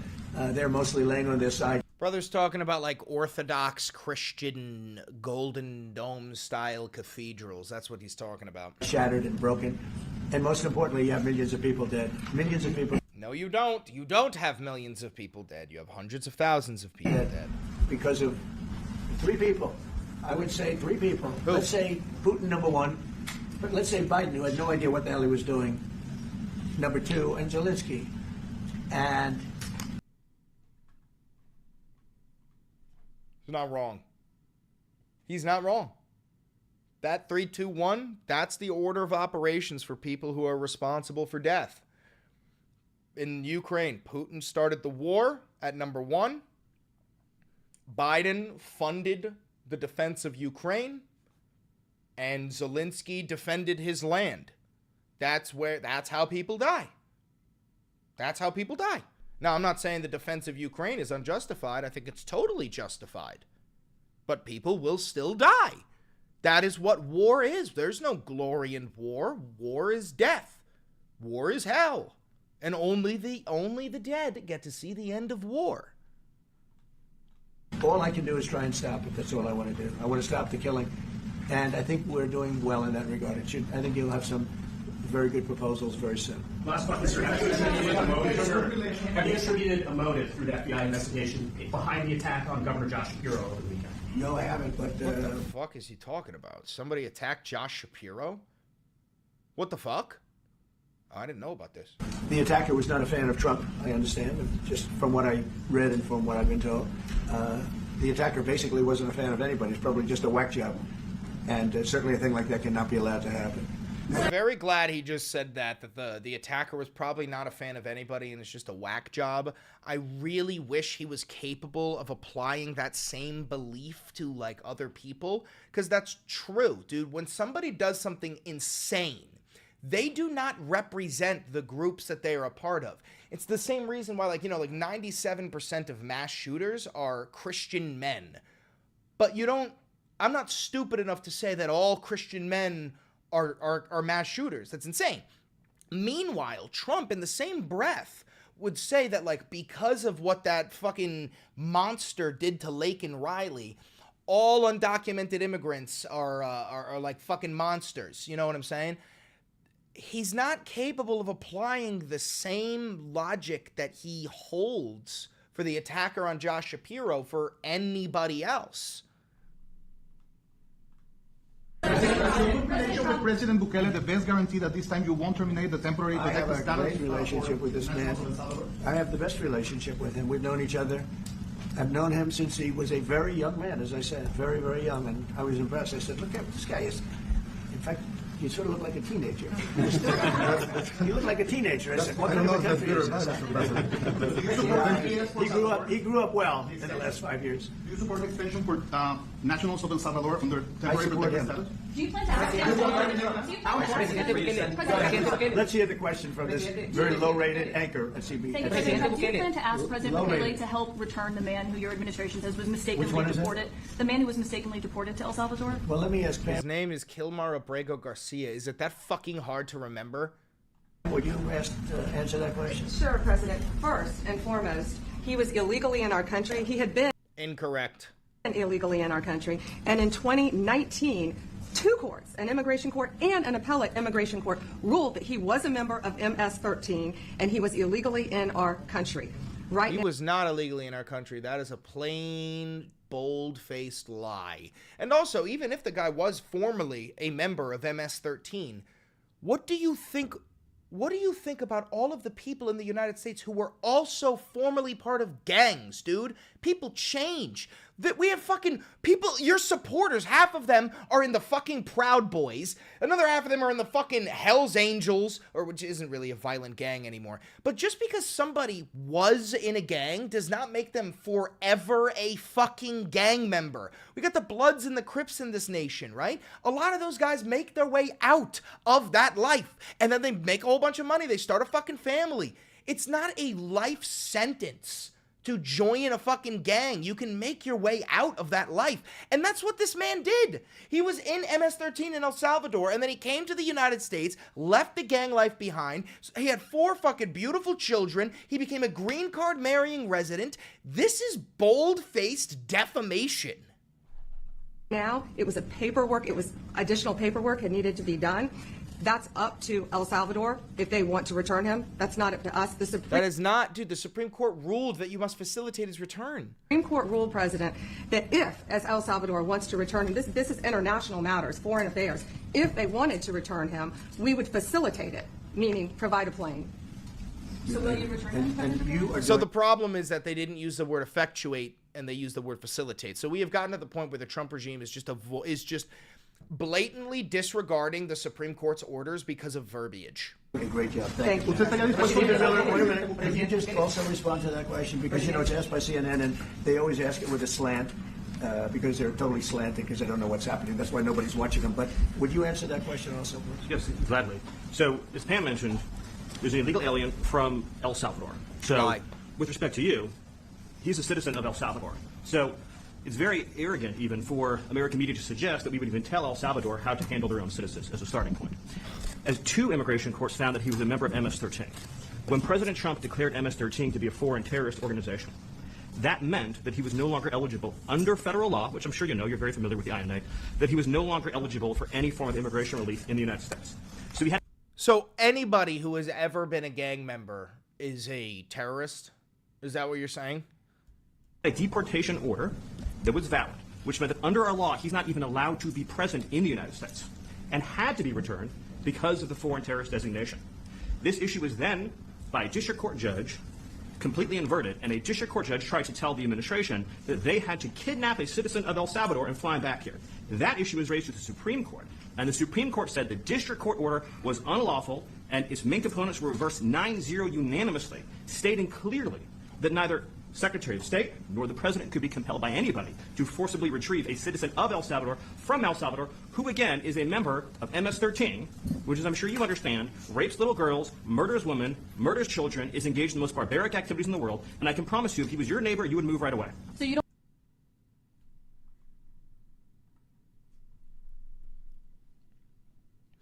That was insane. That was insane. You are watching the complete and total erosion of the Justice Department. He just listed the loopholes that they jumped through to deport a green card carrying legal resident of the United States. For one man, these are the loopholes that they were willing to jump through. That's because this man, they don't give a fuck about this man. It's about the message that they can send. It's the message that they're sending out there is that even if you are a green card member of the green card resident, you are not safe. We are coming for you. Holy fuck. You don't plan But to the ask for Supreme Court is anything to get it asking back. And that- what was the ruling in the Supreme Court, Steve? Was it 9-0? Yes, it was a 9-0 In our favor. in our favor against the district. Oh my god, oh my god, oh my god, oh my god. They're lying to him. They're lying to him, and he's too fucking stupid. He actually thinks that it was ruled 9-0 in his favor, and it wasn't. We're in a constitutional crisis. We are in a constitutional crisis. Court ruling saying that no district court has the power to compel the foreign policy function of the United States. As Pam said, the ruling solely stated that if this individual at El Salvador's sole discretion was sent back to our country, that we could deport him a second time. Well, no version of this legally ends up with him ever living here because he is a citizen of El Salvador. That is the president of El Salvador. Your questions about it, per the court, can only be directed to him. I asked Do you guys see Marco Rubio's face? Just watch this again and just look at Marco Rubio's face the whole fucking time. Individual at El Salvador's sole discretion was sent back to our country, that we could deport him a second time. No version of this legally ends up with him ever living here because he is a citizen of El Salvador. That is the president of El Salvador. Your questions about it, per the court, can only be directed to him. I asked Dude, Marco Rubio is such a fucking spineless coward. I know he doesn't believe in this type of shit, but this is the closest to power he's ever gotten, and he just can't fucking help himself. Can President Bukele weigh in on this? Do you plan to return him? Well, I'm supposed to suggesting that I smuggle terrorists into the United States, right? It's always How can I return him to the United States? Like, I smuggle him into the United States, or what do I do with force? I'm not going to do it. It's like... What? What the fuck are you talking about smuggling? You're not a fucking Sicario. You're the president of El Salvador. Oh my god, oh my god. I mean, the question is preposterous. How can I smuggle a terrorist into the United States? I don't have the power to return him to the United States. So you can release him inside of Salvador? Yeah, but I'm not releasing... I mean, we're not very fond of releasing terrorists into our country. I mean, we just turned the murder capital of the world to the safest country of the Western Hemisphere, and you want us to go back? Yeah, you did that by arresting everybody in your nation with neck tattoos and throwing them into extermination camps, you literal fucking Nazi. Into the releasing criminals so we can go back to being the murder capital of the world. And that's not going to happen. Well, they'd love to have a criminal, yeah. I mean, there's a fascination. They would love it. Yeah. They're sick. These are sick people. Marco, do you have something to say about that? Yeah, I mean, Stephen Island, I don't understand what the confusion is. This individual is a citizen of El Salvador. He was illegally in the United States and was returned to his country. That's where you deport people, back to their country of origin. Except for Venezuela, that wasn't refusing to take people back, or places like that. I can tell you this, Mr. President. No, the foreign policy of the United States is conducted by the President of the United States, not by a court. And no court in the United States has a right to conduct the foreign policy of the United States. It's that simple. End of story. Yep. And that's the Supreme Court no longer can have a say and stop the president when he does something unconstitutional, which means that there is no more separation of powers. There is no more checks and balances, which means Donald Trump is no longer a president. He is now an authoritarian dictator, and he is sitting next to another one. The Supreme Court held, by the way, to Marco's point. The Supreme Court said exactly what Marco said, that no court has the authority to compel the foreign policy function of the United States. We won a case 9-0, and people like CNN are portraying it as a loss, as usual, because they want foreign terrorists in the country who kidnap women and children. But President Trump, his policy is foreign terrorists that are here illegally get expelled from the country, which, by the way, is a 90-10 issue. Well, Mr. President, you said that if the Supreme Court said someone needed to be returned, that you would abide by that. You said that on Air Force One just a few days ago, and they said that it must be facilitated. Why don't you just say, isn't it wonderful that we're keeping criminals out of our country? Why can't you just say that? Why do you go over and over, and that's why nobody watches you anymore. You know, you have no credibility. Please, go ahead. President Trump, thank you so much. How many illegal criminals are you planning on exporting to El Salvador? And President... Exporting? They're people. They're not goods. They're people. They're not goods. These are human fucking beings. President Bukele, how many are you willing to take from the U.S.? As many as possible. And I just asked the president, you know, it's this massive complex that he built, jail complex. I said, can you build some more of them, please? As many as we can get out of our country that were allowed in here by incompetent Joe Biden through open borders. Open borders. You probably hear open borders and you can't even understand it because nobody can understand it. Nobody smart or with common sense can understand it. So we have millions of people that should not be in this country that are dangerous. Not just people, because we have people, but we have millions of people that are murderers, drug dealers. They've been allowed to come into our country by other countries that were very smart. When they heard that this very low IQ president... There are millions of people in this country. and they are murderers and rapists and gang members, and they are corrupting the blood of our nation. And what we are going to do is, even if they are German citizens, we are going to round them up and send them over to the camps that we have built in Czechoslovakia and Poland, so that the German civilian does not have to see the horrors that these goods will be going through once they are exported to the camps. There are millions of them, comrade. And by the way, I took my cognitive exam as part of my physical exam, and I got the highest mark, and one of the doctors said, "Sir, I've never seen anybody get that kind of, that was the highest mark." I hope you're happy with that, although they haven't been bugging me too much to take a cognitive, but I did do my physical, and it was released. I hope you're all happy with it. I notice there's no question, so probably you are. But the cognitive, they said to me, "Sir, would you like to take a cognitive test?" I said, "Did Biden take one?" "No." "Did anybody take one?" "No, not too many people took them." I said, what about Obama? Did he take one?" "No, he didn't take one either." I said, "Let me be the only one to take one." But I've actually taken them 3 times already. I like taking them because they're not too tough for me to take. But we had a great physical exam, so I know you're going to ask that. And the doctors, who are total professionals, Walter Reed Medical Center, they're great people. And I visited a soldier that was badly wounded, incredible soldier, lost his leg, and we spent a lot of time with him. I mean, great with his mother, and it was really a very great thing. They do a phenomenal job. I just want to say, Walter Reed, I was there for, 5-6 hours. You were there with me. But I took a full physical, and it came out perfecto, so it's good. She's got me for a little longer. So would you also be willing to pay for those facilities to be open if you once we're going to be built? I do something. We'd help them out, yeah. We help them. They're great facilities, very strong facilities, and... A quick beans break. Hi, Beans. Hi, pretty boy. Hi, handsome. Mr. Handsome Bobandsome. Okay, a good bean break for our mental health. For the sake of our fucking mental health. They don't play games. I'd like to go a step further. I mean, I said it to Pam. I don't know what the laws are. We always have to obey the laws, but we also have homegrown criminals that push people into subways, that hit elderly ladies on the back of the head with a baseball bat when they're not looking, that are absolute monsters. I'd like to include them in the group of people to get them out of the country, but you'll have to be looking at the laws on that, Steve, okay? And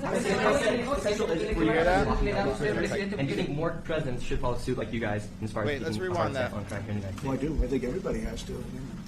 Would you also be willing to pay for those facilities to be open if you once we're going to be built? I do something. We'd help them out, yeah. We have them. They're great facilities, very strong facilities, and they don't play games. I'd like to go a step further. I mean, I said it to Pam. I don't know what the laws are. We always have to obey the laws, but we also have homegrown criminals that push people into subways, that hit elderly ladies on the back of the head with a baseball bat when they're not looking, that are absolute monsters. I'd like to include them in the group of people to get them out of the country, but you'll have to be looking at the laws on that, Steve, okay?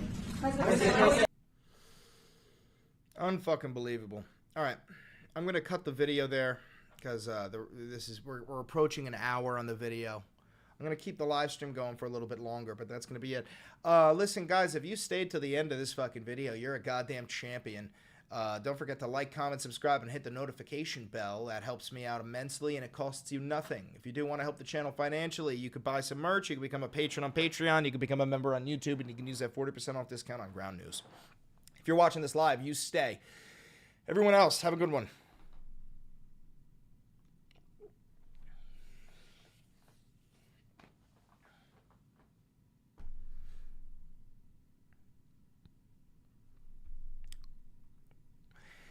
What's up? Welcome back to the Valenti VOD. I'm your perfect and humble leader, Chris Valenti. We're going to watch the rest of this Trump-Bukele meeting where they're just kind of blowing smoke up each other's asses. We're on the second half of it here. Go watch the last video if you want to see the first half. It's got my commentary. Real quick, before we get started, I want to remind you to like, comment, subscribe, and hit that notification bell. It costs you nothing, and it helps me immensely. Also, you see the chat scrolling up there? That's because we make these videos live. Make sure you hit the notification bell so that you can watch these videos live. Everybody in the chat, say hi. Hi, everybody. If you do want to support the channel financially, because this is real independent media, I have no funding. I've never had a conversation with an advertiser or a billionaire or a foreign government. There's a couple of ways that you can support me to help me pay my rent and get a new computer. All you got to do is become a patron on Patreon for $5. Big shout out to my patrons. You could become a member here on YouTube for $5. Big shout out to my members. You could buy some Valenti Videos merch down below, and you could use the 40% off discount on the Ground News Vantage subscription down below. You could also just donate cash through like super chats and all that shit. But without further ado, let's just dive right into the second half of this. What we've covered so far in the first half, Trump said that he wants to deport U.S. citizens to El Salvador. We're going to start right there. He also has just been saying some whack-ass shit about calling Kilmar Abrego Garcia, calling him a terrorist and saying that he's never going to come home. He's probably fucking dead if we're being honest. But let's watch it. Here we go. Willing to pay for those facilities to be open to you once we're going to be built? I do something, we'd help them out, yeah. They're great facilities, very strong. The facilities he's talking about is the extermination camp, CCOT, like the world's largest extermination camp in El Salvador. But let's keep watching. Facilities, and they don't play games.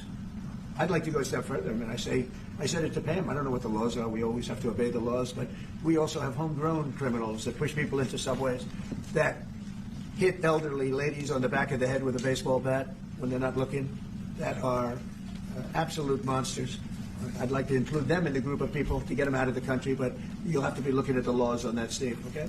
So you heard it from the horse's mouth just then. Watch as MAGA moves the goalpost. They'll even fucking deport the goalpost. Maybe they'll send it to El Salvador too. But Donald Trump is now advocating for the deportation of U.S. citizens to the extermination camp in El Salvador, despite the fact that the Supreme Court just ruled 9-0 in a unanimous vote for him to facilitate the return of Kilmar Abrego Garcia, which he said in the first half of this with El Salvadorian President Nayib Bukele that they're not fucking doing that. So, yeah, this is the erosion of American liberty. The Justice Department has collapsed. There is also no more checks and balances or separation of powers. If the Supreme Court cannot rein in on the president, then he is not a president. He is a dictator. Let's keep watching. And do you think more presidents should follow suit like you guys as far as taking a hard stance on crime here in the United States? Well, I do. I think everybody has to. The president said it better than anybody. He said, you know, you have liberty and you have to have liberty, but to have liberty, not everybody is going to be good.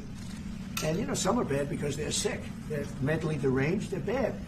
Then you have to take them. If you're going to have a country, you're going to have to take those people out. And so this he also just said now that people who are mentally ill need to be also sent to this El Salvadorian prison camp. Wow. This is not fascism. This is Nazism. This is not like, of course, fascism and Nazism are directly intertwined, but we have fascism arrived the day he was inaugurated, and we saw that, and I've covered it every single day since. I haven't skipped a fucking beat. But now we're moving into Nazism, where they're floating around the ideas of sending people who they know are mentally ill to an extermination camp. We've been doing that, but this was like an unforced error, they would call it, where we had people that may hate our country, or maybe they're just stupid people. I think they're probably stupid people more so. A lot of people said they did it for the vote, but I did better with Hispanic people than they did, because they always use Hispanic. I did better. You people love me. I saw my poll numbers in your country up through the roof, right? 91%. Some people think they do it for the vote. But they don't have to do it for the vote. They cheat. You know, they're professional cheaters. That's about the only thing they do well. So we just have had a great relationship, and it's become bigger because of a strange thing that happened. You know, I came back. We had no war in Ukraine. We had no October 7th Middle East problem. We had nothing. We had no inflation.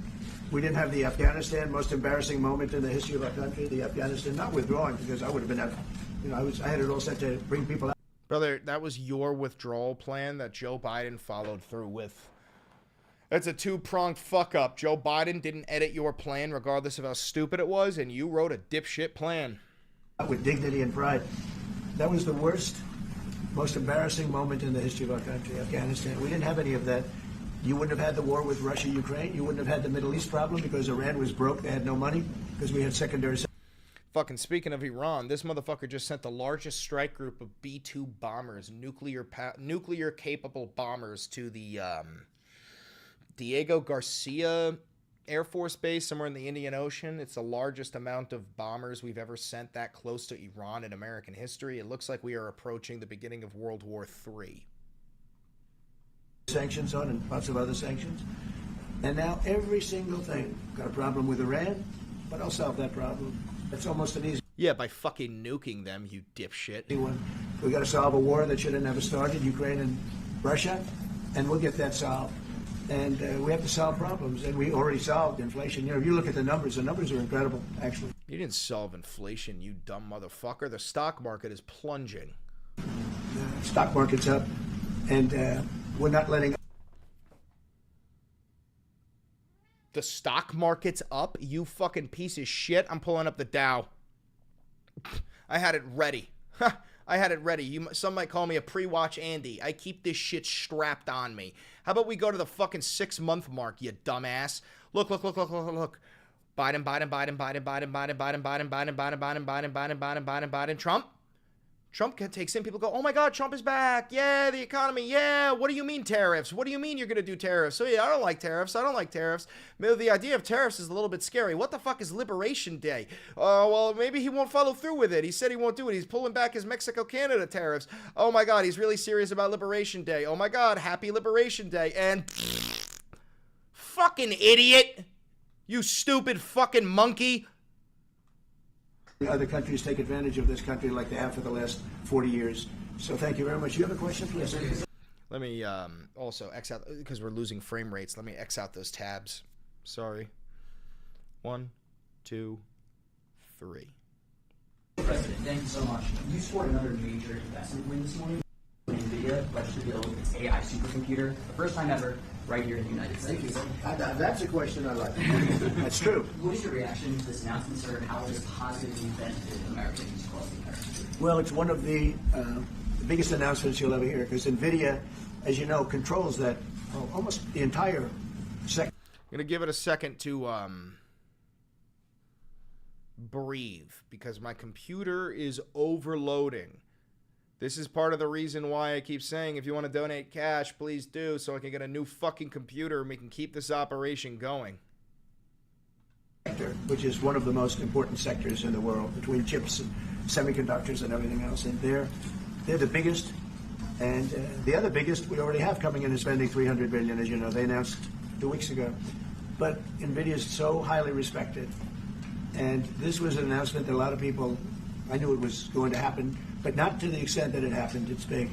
And the reason they did it is because of the election on November 5th and because of a thing called tariffs. As I say, the most beautiful word in the dictionary. After love, God, relationship. The press actually hit me and said, tariff is the most beautiful word in the dictionary. This guy is, God, he's a word I can't say, but he has a fucking mental disability, I think. I think he's absolutely autistic. I'm so fucking for real, I think he's autistic. What about family, love, God? I got hit even on that. You understand? I said, okay. So now I say it's my 5th most favorite word, because they get you on anything.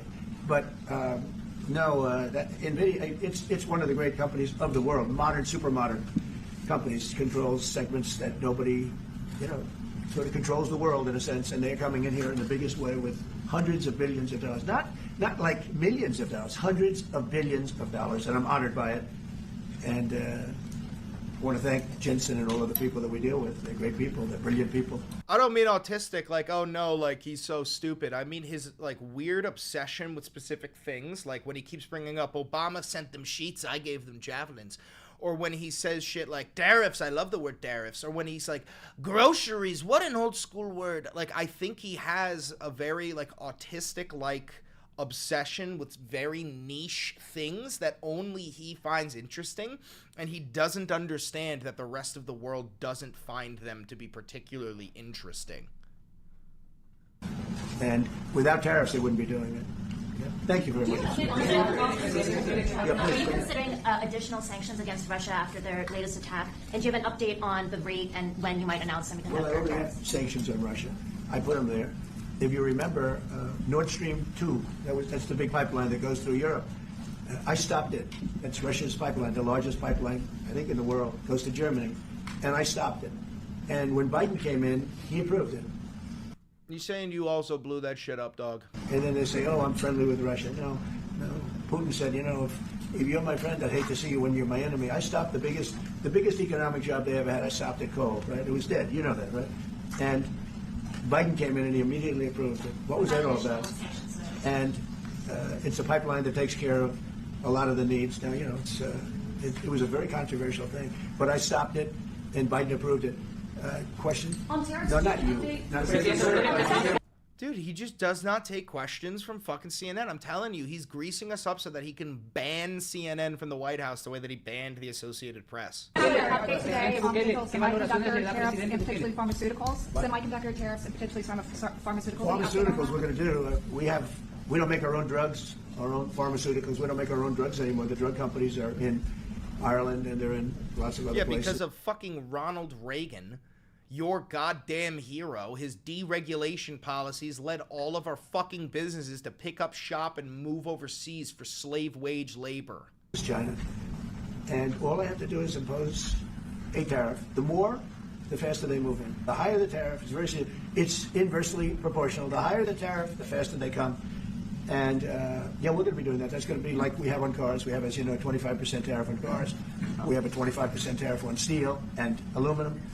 And that's what that category fits right now. Do you have a percentage in mind and a timeline? I have a timeline, not too distant future. And we're doing it because we want to make our own drugs.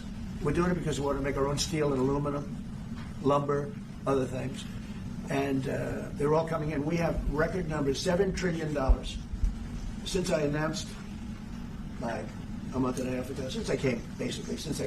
That's a lie. We have over $7 trillion being invested in the country. We didn't have $1 trillion. We didn't have $500 billion for some of these guys. They didn't know what the hell they were doing. So we have the largest investment that we've ever heard of, and we're only 2 months in. And that'll continue at levels that you've never seen before. It's going to happen. And even the stock market's up today. The stock market is up from yesterday, but it plummeted after you announced these dog shit tariff policies. I just covered it. A lot of people didn't say it the way it was. We had the largest gain in the stock market in history on every single category last week. That was a nice game because they let it hit because people didn't understand the power of our country economically if you use it right. Do you have something to say on that, JD? Yes, sir. I mean, look, for 40 years we have lost manufacturing capacity. Workers have seen their wages stagnate, and some of the most critical things that we need, from the pharmaceuticals, the drugs that we give to our children, the antibiotics that we give to our kids, to the weapons that we actually need to fight a war, if God forbid we had to fight a war, we don't make enough of that stuff. And so President Trump ran explicitly on changing that. Yes, as the president mentioned, it caused a little bit of disruption in the market, but I actually think over the long term, workers are going to benefit, stocks are going to go up, American businesses are going to benefit. You always say the long term, JD. You do know it'll take at least a decade for foreign manufacturers to set up shop here in the United States and then become successful enough to be traded on the stock market. You're talking about a decade of an economic depression in order for the gamble of manufacturers coming to the United States to follow through. This is so fucking dangerous. As we reinvest and reindustrialize our country. And the auto workers and the Teamsters and all of the unions, not traditionally Republican, but I'm winning those unions by, we're up 40, 50 points on the Democrats. They're losing everything. They're losing everything because they just have policies that are not believable. They fight for policies that are 5% popular. And nobody knows who the 5% are. I mean, nobody can find the 5%. But if you go back to Ohio, and by the way, we have the great championship team from Ohio coming in today, right? Very big day. And that's going to be a little bit later. And that'll be, if you want to stick around, I'll introduce you to some nice people. You'll see some very large people, right? You see some people that even you have not seen people like this. These are big. These are 6'7", 380 pounds with no fat. Okay, that's pretty good, right? But the team, the national championship team, is being honored today at the White House, so that'll be exciting. If you're around, you want to stay around, I'll have you up there. Aw, Trump finally has a friend, and he doesn't want his little friend to leave.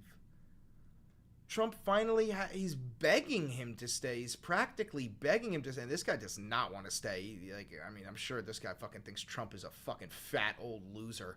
But, he finally found another authoritarian dictator. I bet you JD is fucking jealous. You can tell them all about your prison, how you have to behave. Okay. Who else? Yeah, you said yesterday that you're making a decision on Iran very quickly. What do you mean by that? Is that a decision to strike Iran? Solve their problem very quickly. Iran wants to deal with us, but they don't know how. They really don't know how. We had a meeting with them on Saturday. We have another meeting scheduled next Saturday. I said, that's a long time. That's a long time. So I think they might be tapping us along. But Iran has to get rid of the concept of a nuclear weapon. They cannot have a nuclear weapon. He can't have a nuclear weapon. Nobody can have it. We can't have anybody having nuclear weapons, We can't have nuclear weapons. Fully on board with that. Fully on board with that, Donnie. And I think they're tapping us along because we're so used to dealing with stupid people in this country. And I had Iran perfect. You had no attacks. You would have never had October 7th in Israel. The attack by... Brother, you got rid of the Iran nuclear deal. Like, you yourself, you are the reason why Iran is developing nuclear weapons, you stupid, fat, orange fucking loser. Hamas, because Iran was broke. It was stone cold broke when I was president. And I don't want to do it. I want them to be a rich, great nation. The only thing is, one thing, simple. It's really simple. They can't have a nuclear weapon. And they got to go fast because they're fairly close to having one. And they're not going to have one. And if we have to do something very harsh, we'll do it. And I'm not doing it for us. I'm doing it for the world. And these are radicalized people, and they cannot have a nuclear weapon. Yeah, neither can the fucking Israelis, dude. The Iranians shouldn't have nukes, and neither should the fucking Israelis. To be honest, nobody should have fucking nukes. But the first two people we should take them away from are the Iranians and the fucking Israelis. Strike on Iranian nuclear facilities? Of course it does. And just a follow-up question on clarification. You mentioned that you're open to deporting individuals that aren't foreign aliens but are criminals to El Salvador. Does that include potentially U.S. citizens, fully naturalized Americans? If they're criminals and if they hit people with baseball bats over their head that happen to be 90 years old, and if they rape 87-year-old women in Coney Island, Brooklyn, yeah, that includes them. What, do you think there's a special category of person? They're as bad as anybody that comes in. We have bad ones too, and I'm all for it because we can do things with the president for less money and have great security. And we have a huge prison population. We have a huge number of prisons. Donald Trump wants to deport U.S. citizens to an extermination camp in El Salvador. MAGA's going to defend this because they're no longer American. Prisons, and then we have the private prisons, and some are operated well, I guess, and some aren't. But he does a great job with that. We have others that we're negotiating with too. But no, if it's a homegrown criminal, I have no problem. Now, we're studying the laws right now. Pam is studying. If we can do that, that's good. And I'm talking about violent people. I'm talking about really bad people. Really bad people. Every bit as bad as the ones coming in. And I made the statement when I heard about this a long time ago now, 4 years ago. When I heard that this guy was having open borders, I said every single... Why do we even have U.S. prisons at this point if he's just going to ship everyone away? Because he wants to kill them. He wants to exterminate them. You can't exterminate them in the United States. Send them over to El Salvador and they can be exterminated. It's the same thing that the fucking Nazis did. Towards the end, they had camps in Germany, but in the beginning, the camps were built far away, so the average German citizen had no idea what was going on, and they didn't have to see it, and it was just like a thought, something that was far away. That's why. Criminal from all over the world is going to be dumped into our country, and that's what happened. The jails of the Congo were emptied out. The jails of Venezuela were emptied out. And you know what happened? Their crime went way down. But now Venezuela has other problems. You know what the problem is? They have no money. Yeah. Because I shut off their oil, and we put secondary tariffs because they're not doing what's right over there. They know what to do. We spoke to them. I spoke to them. They know what to do. But they have no money. Venezuela has no money. But Iran had no money. And Iran behaved so beautifully. And then Biden took all those secondary tariffs on. I told China, you can't buy oil. If you buy oil from Iran, China, I told it to President Xi, then we no longer want you to do business with the United States of America. And those ships disappeared from that harbor so quickly. China. Lie. Get along great with China. Pure lie. Are productive? Do you want to continue that? The talks with Iran, do you believe those are productive? Do you want to continue that? I think Iran could be a great country as long as it doesn't have nuclear weapons. If they have nuclear weapons, they'll never get a chance to be a great country. They will never get a chance. It won't even come to us. Sir, on tariffs? Yeah. Yesterday you mentioned short-lived product exemptions. Which specific products are you considering, and how long is short-lived? Weeks, months? I'm looking at something to help some of the car companies where they're switching to parts that were made in Canada, Mexico, and other places, and they need a little bit of time because they're going to make them here, but they need a little bit of time. So I'm talking about things like that. What about any Apple products, other cell phones? Look, I'm a very flexible person. I don't change my mind, but I'm flexible. And you have to be. You just can't have a wall and you'll only go. No, sometimes you have to go around it, under So it. you're saying you're folding and you're being fucking played with by the rest of the world because you just realized that the U.S. economy imports more than we export and that we can't afford a tariff war. We will lose a fucking tariff war. Love it. There'll be maybe things coming up. I speak to Tim Cook. I helped Tim Cook recently, and that whole business. I don't want to hurt anybody, but the end result is we're going to get to the position of greatness for our country. We're the greatest economic power in the world if we're smart. If we're not smart, we're going to hurt our country very badly. We lost with China over the Biden years trillions of dollars on trade, trillions of dollars, and he let them fleece us. And we can't do that anymore. And you know what? I don't blame China at all. I don't blame President Xi. I like him. He likes me. I mean, who knows? Who the hell cares? Do you have any updates on But you know what? China? What? Do you have any updates with talks with China? No, let me just tell you this. I don't blame China. I don't blame Vietnam. I see their meeting today. Isn't that wonderful? And it's a lovely meeting. They're meeting, like trying to figure out how do we screw the United States of America. Don't forget, the European Union was formed to do just that. The European Union was formed to hurt the United States and on trade. And they get us on NATO because they don't pay their bills. But now, since I got involved, they have been paying their bills. I took in over $600 billion for NATO. Nobody took in anything. I mean, they were all delinquent. They had 8 nations out of 28 paid their bills. The rest of them were way delinquent. And I said, if you don't pay your bills, we're not going to protect you anymore. And the money poured in over 600. Oh, God. Just so you know, NATO is currently drafting up a proposal to phase the United States out of NATO. We're no longer going to be a member of NATO, which will immediately make us weaker than the entirety of the NATO alliance. The Secretary General last week made that statement. He said, I've never seen anything like it. We couldn't get anybody to pay because the United States was footing the bill for NATO. Well, we got hurt there, and we got hurt on trade, likewise, European Union. And they've got to come to the table, and they're trying to. They're trying to. But the European Union has taken terrible advantage. They don't take our food products. They don't take our cars. We have millions of their cars, BMW. Well, Donnie, we make dog shit food and dog shit cars. Our cars are also fucking ginormous. Have you seen European fucking streets? Jesus Christ. Volkswagen, Mercedes-Benz, many others. They come in by the millions. They don't take. There are no Chevrolets in Munich, I can tell you that.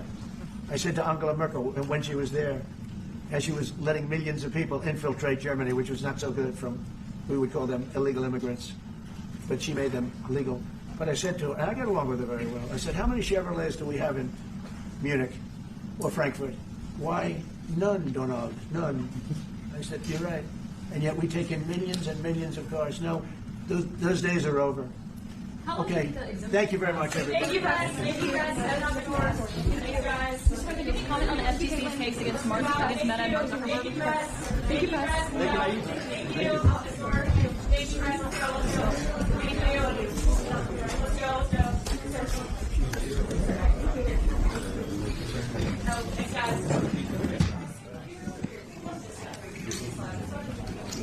Thank you, guys. Oh, well, that was absolutely rough. That was really rough, man. This is dangerous. This is scary shit. This is really, genuinely, horrifyingly scary shit. I'm going to get these videos edited and make my thumbnails and get them posted up. If you're watching this recorded on YouTube, thank you for watching. Be sure to like, comment, subscribe, and hit the notification bell. And if you want to help the channel financially, please do, because this is real independent media and I have no funding. The people who are here live, you stay. We got some thumbnails to make. Have a good one.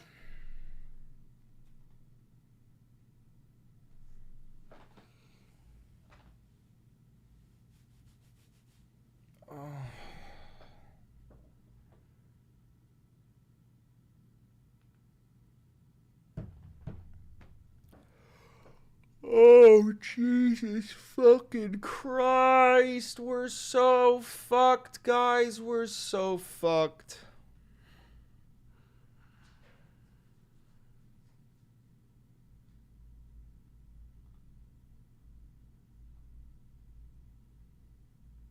Let's get these videos up. We're going to lose frames for a second. Hi, Bean.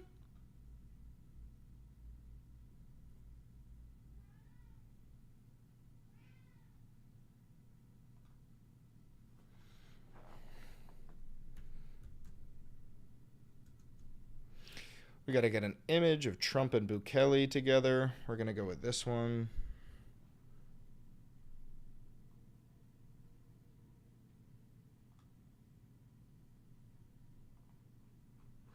This is episode 84.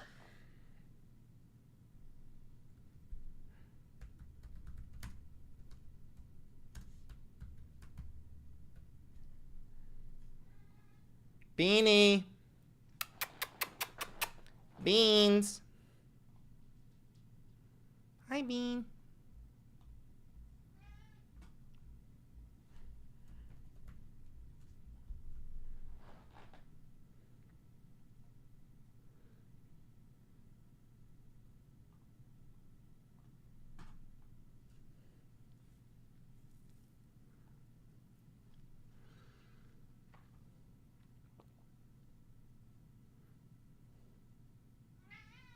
Bean. No more crying.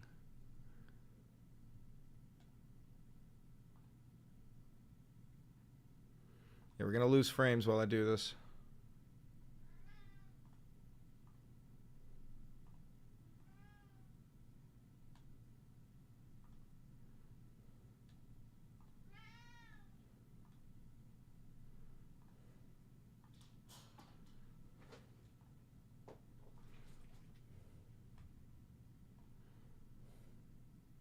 I know he just wants attention, but I gotta finish. I got work to do. I gotta finish my work.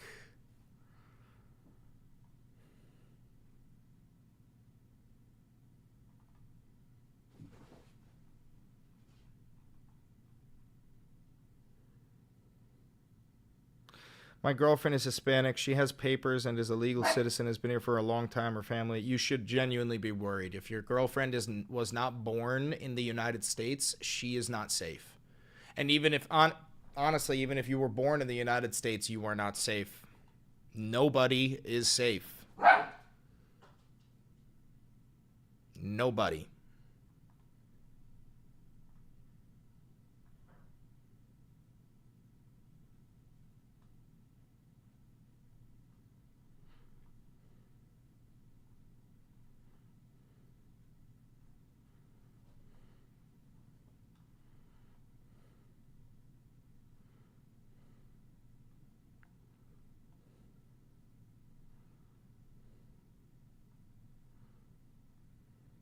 All right, so the first half of that video, the second half was, I think, a little bit more focused on deporting U.S. citizens, right? The second half of that video was, the second half of the video was focused on deporting U.S. citizens. The first half of the video was sort of focused on, the love of deportation.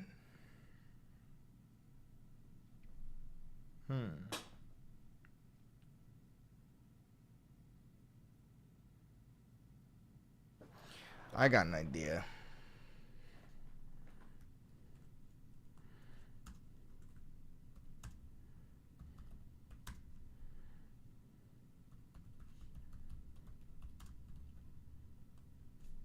There we go.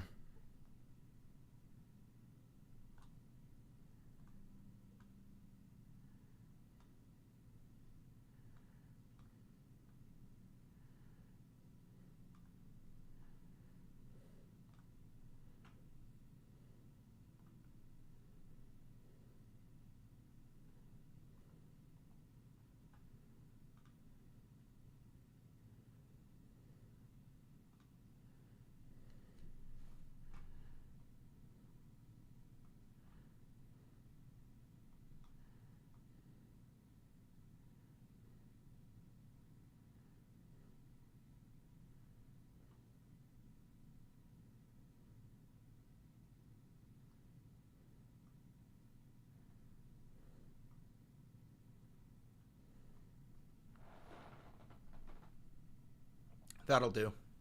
You guys like that?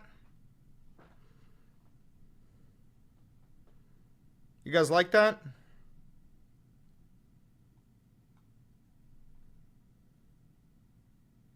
You dig that?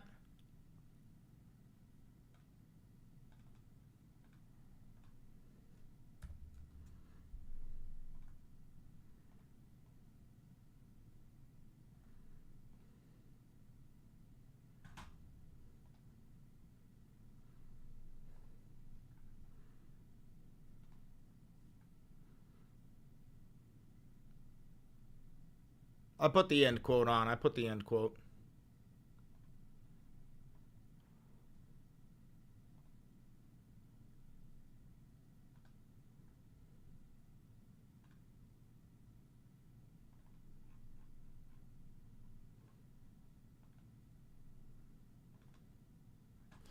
All right, so we need a title for this video.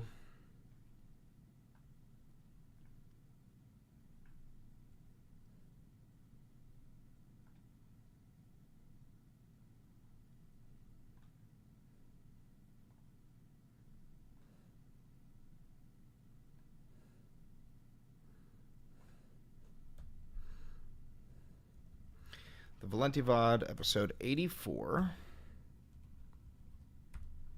And then we're going to put in part 1 out of 2.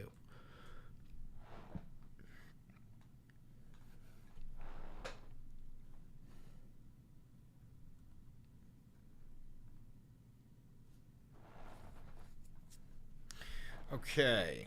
So, what should the title be?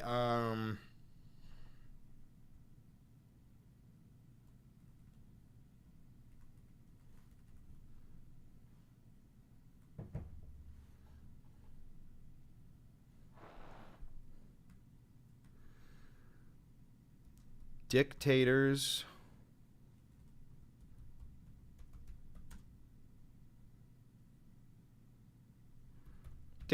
unite. Trump and Bukele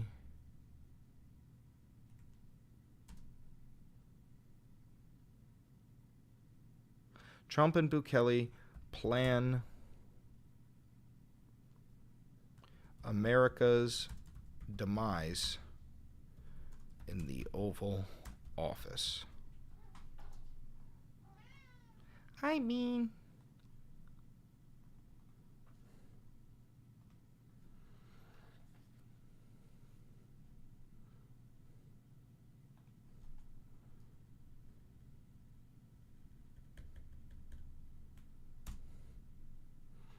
okay.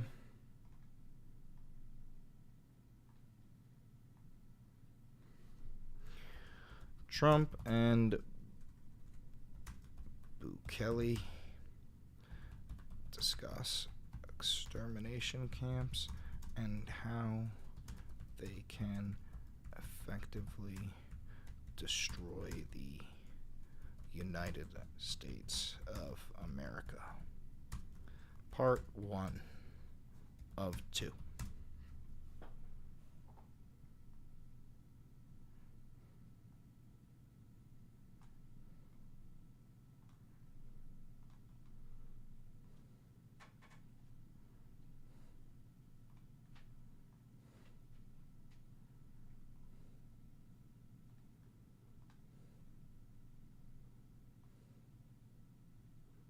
No, there is no AI in this.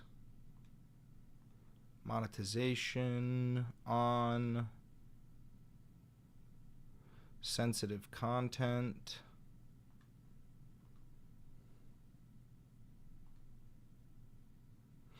Hey, not to sound dumb, but the El Salvador camps, I'm looking them up, but I keep on seeing them say they can't do anything like education.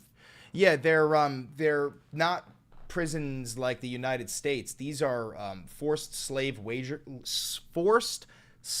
labor camps where they kill you at the end. It's much more like what the Nazis were doing, where they just exploit you for labor, and then as soon as you can't work anymore, they exterminate you.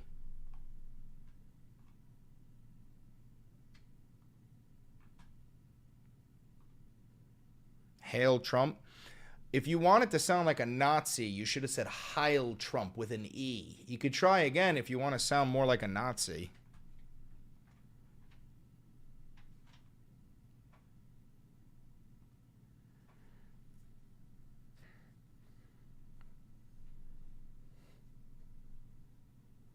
All right, that one's up. That's part 1.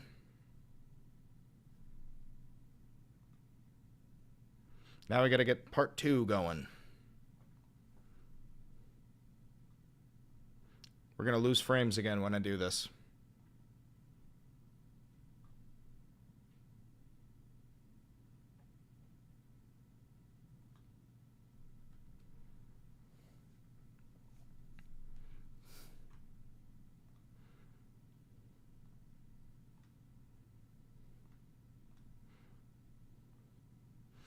Okay, so now we need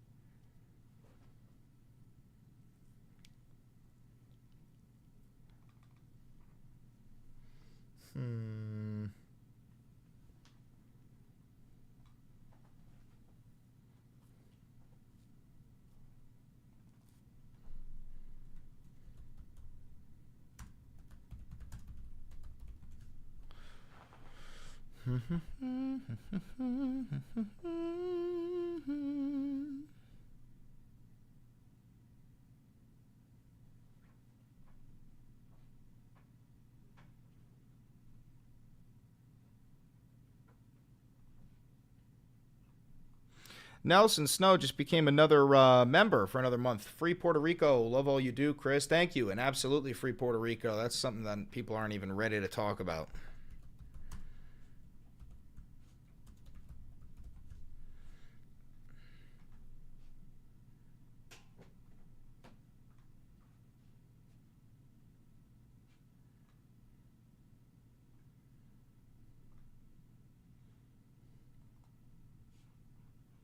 All right, we are on 85 now.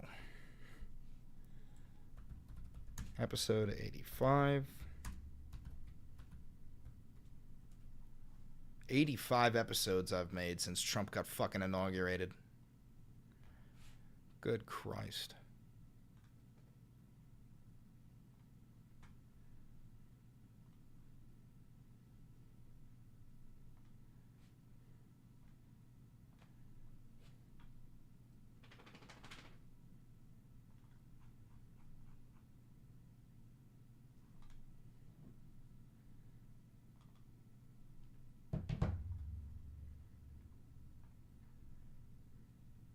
Yeah, they removed the buildings from satellite images once people started to see the piles of bodies and the giant pools of blood on Google Earth.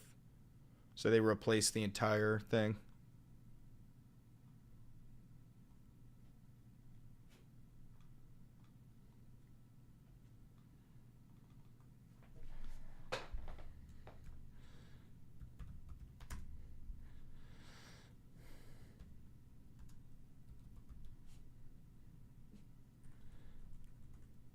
Deport my dissidents.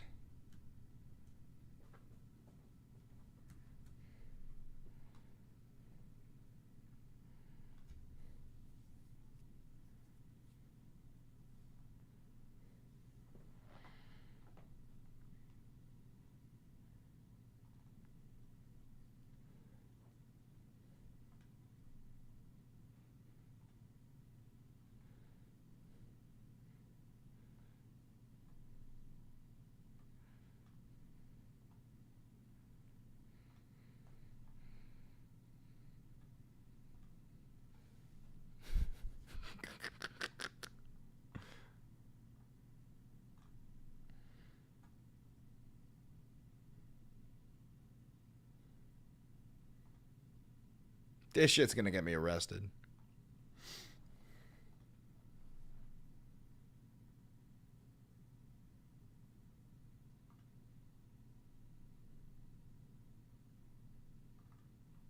What's the background? You ain't getting no background. Just know that I could tell you firsthand not to fuck around with this administration. Just believe me.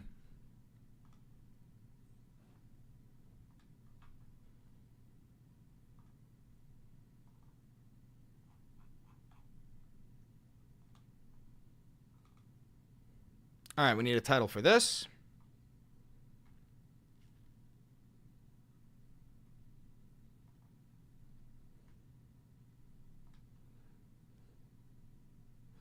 Episode 85, part 2 of 2.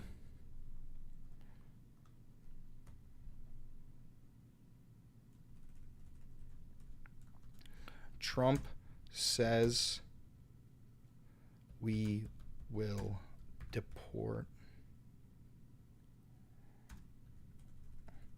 Trump says we will. You can't deport a U.S. citizen to El Salvador. So what are you doing to them? Extraditing them? Sell. Trump says we will. No, because we're not selling them. We're buying.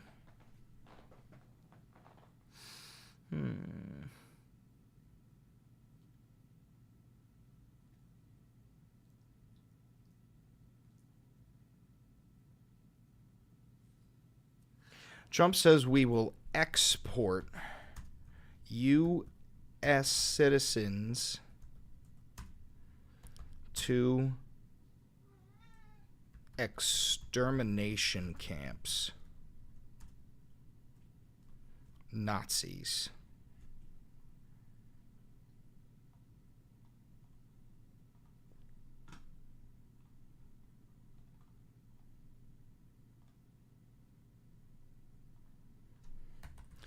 Don't have room for Nazis. Okay, so I've got Trump says he will export U.S. citizens to extermination camps. There we go. Trump has officially stated that he wants to export U.S. citizens to an extermination camp in El Salvador. They got to you, Chris? Yeah, they got to me a while ago, but luckily I have a good attorney.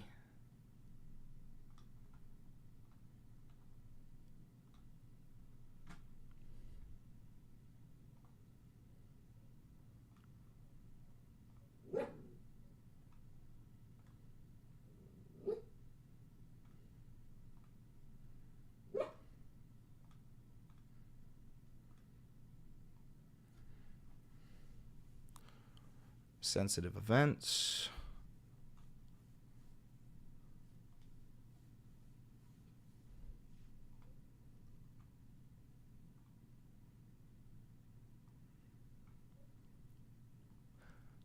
I think that's good. And publish.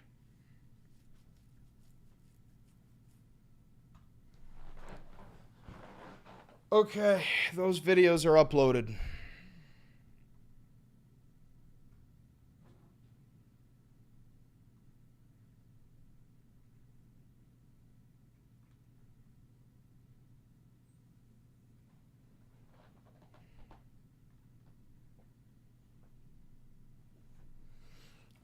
My mayor, Eric Adams, most corrupt mayor in American history.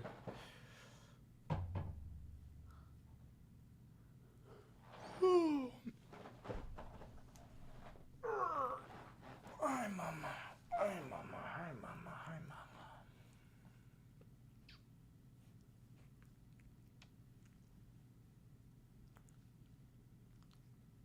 I'm not allowed in Israel.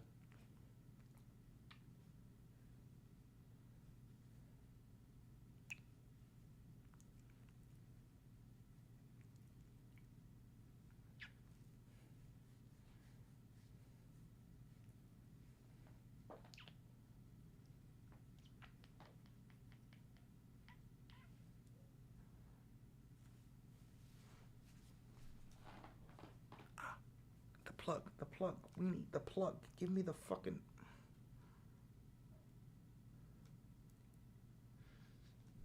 Jesus.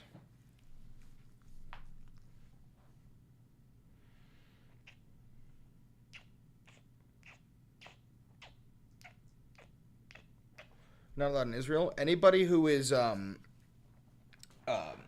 following or subscribed, a paying member to Hassan Piker's live stream is on a list of do not enter for Israel. You might be on that list and you don't know.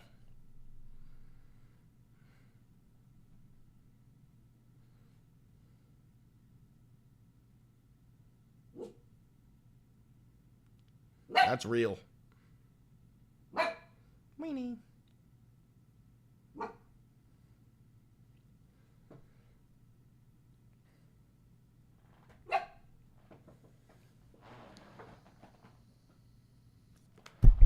see. An issue was found. What was the issue?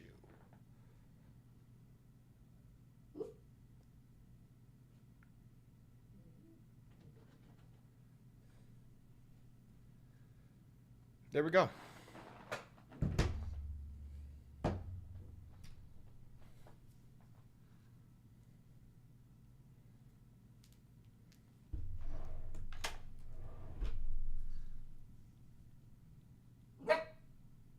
Don't worry, I was never interested in going to Israel in the first place.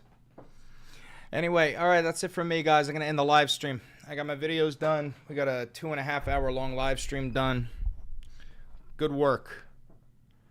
Good work, everybody. Thanks for tuning in.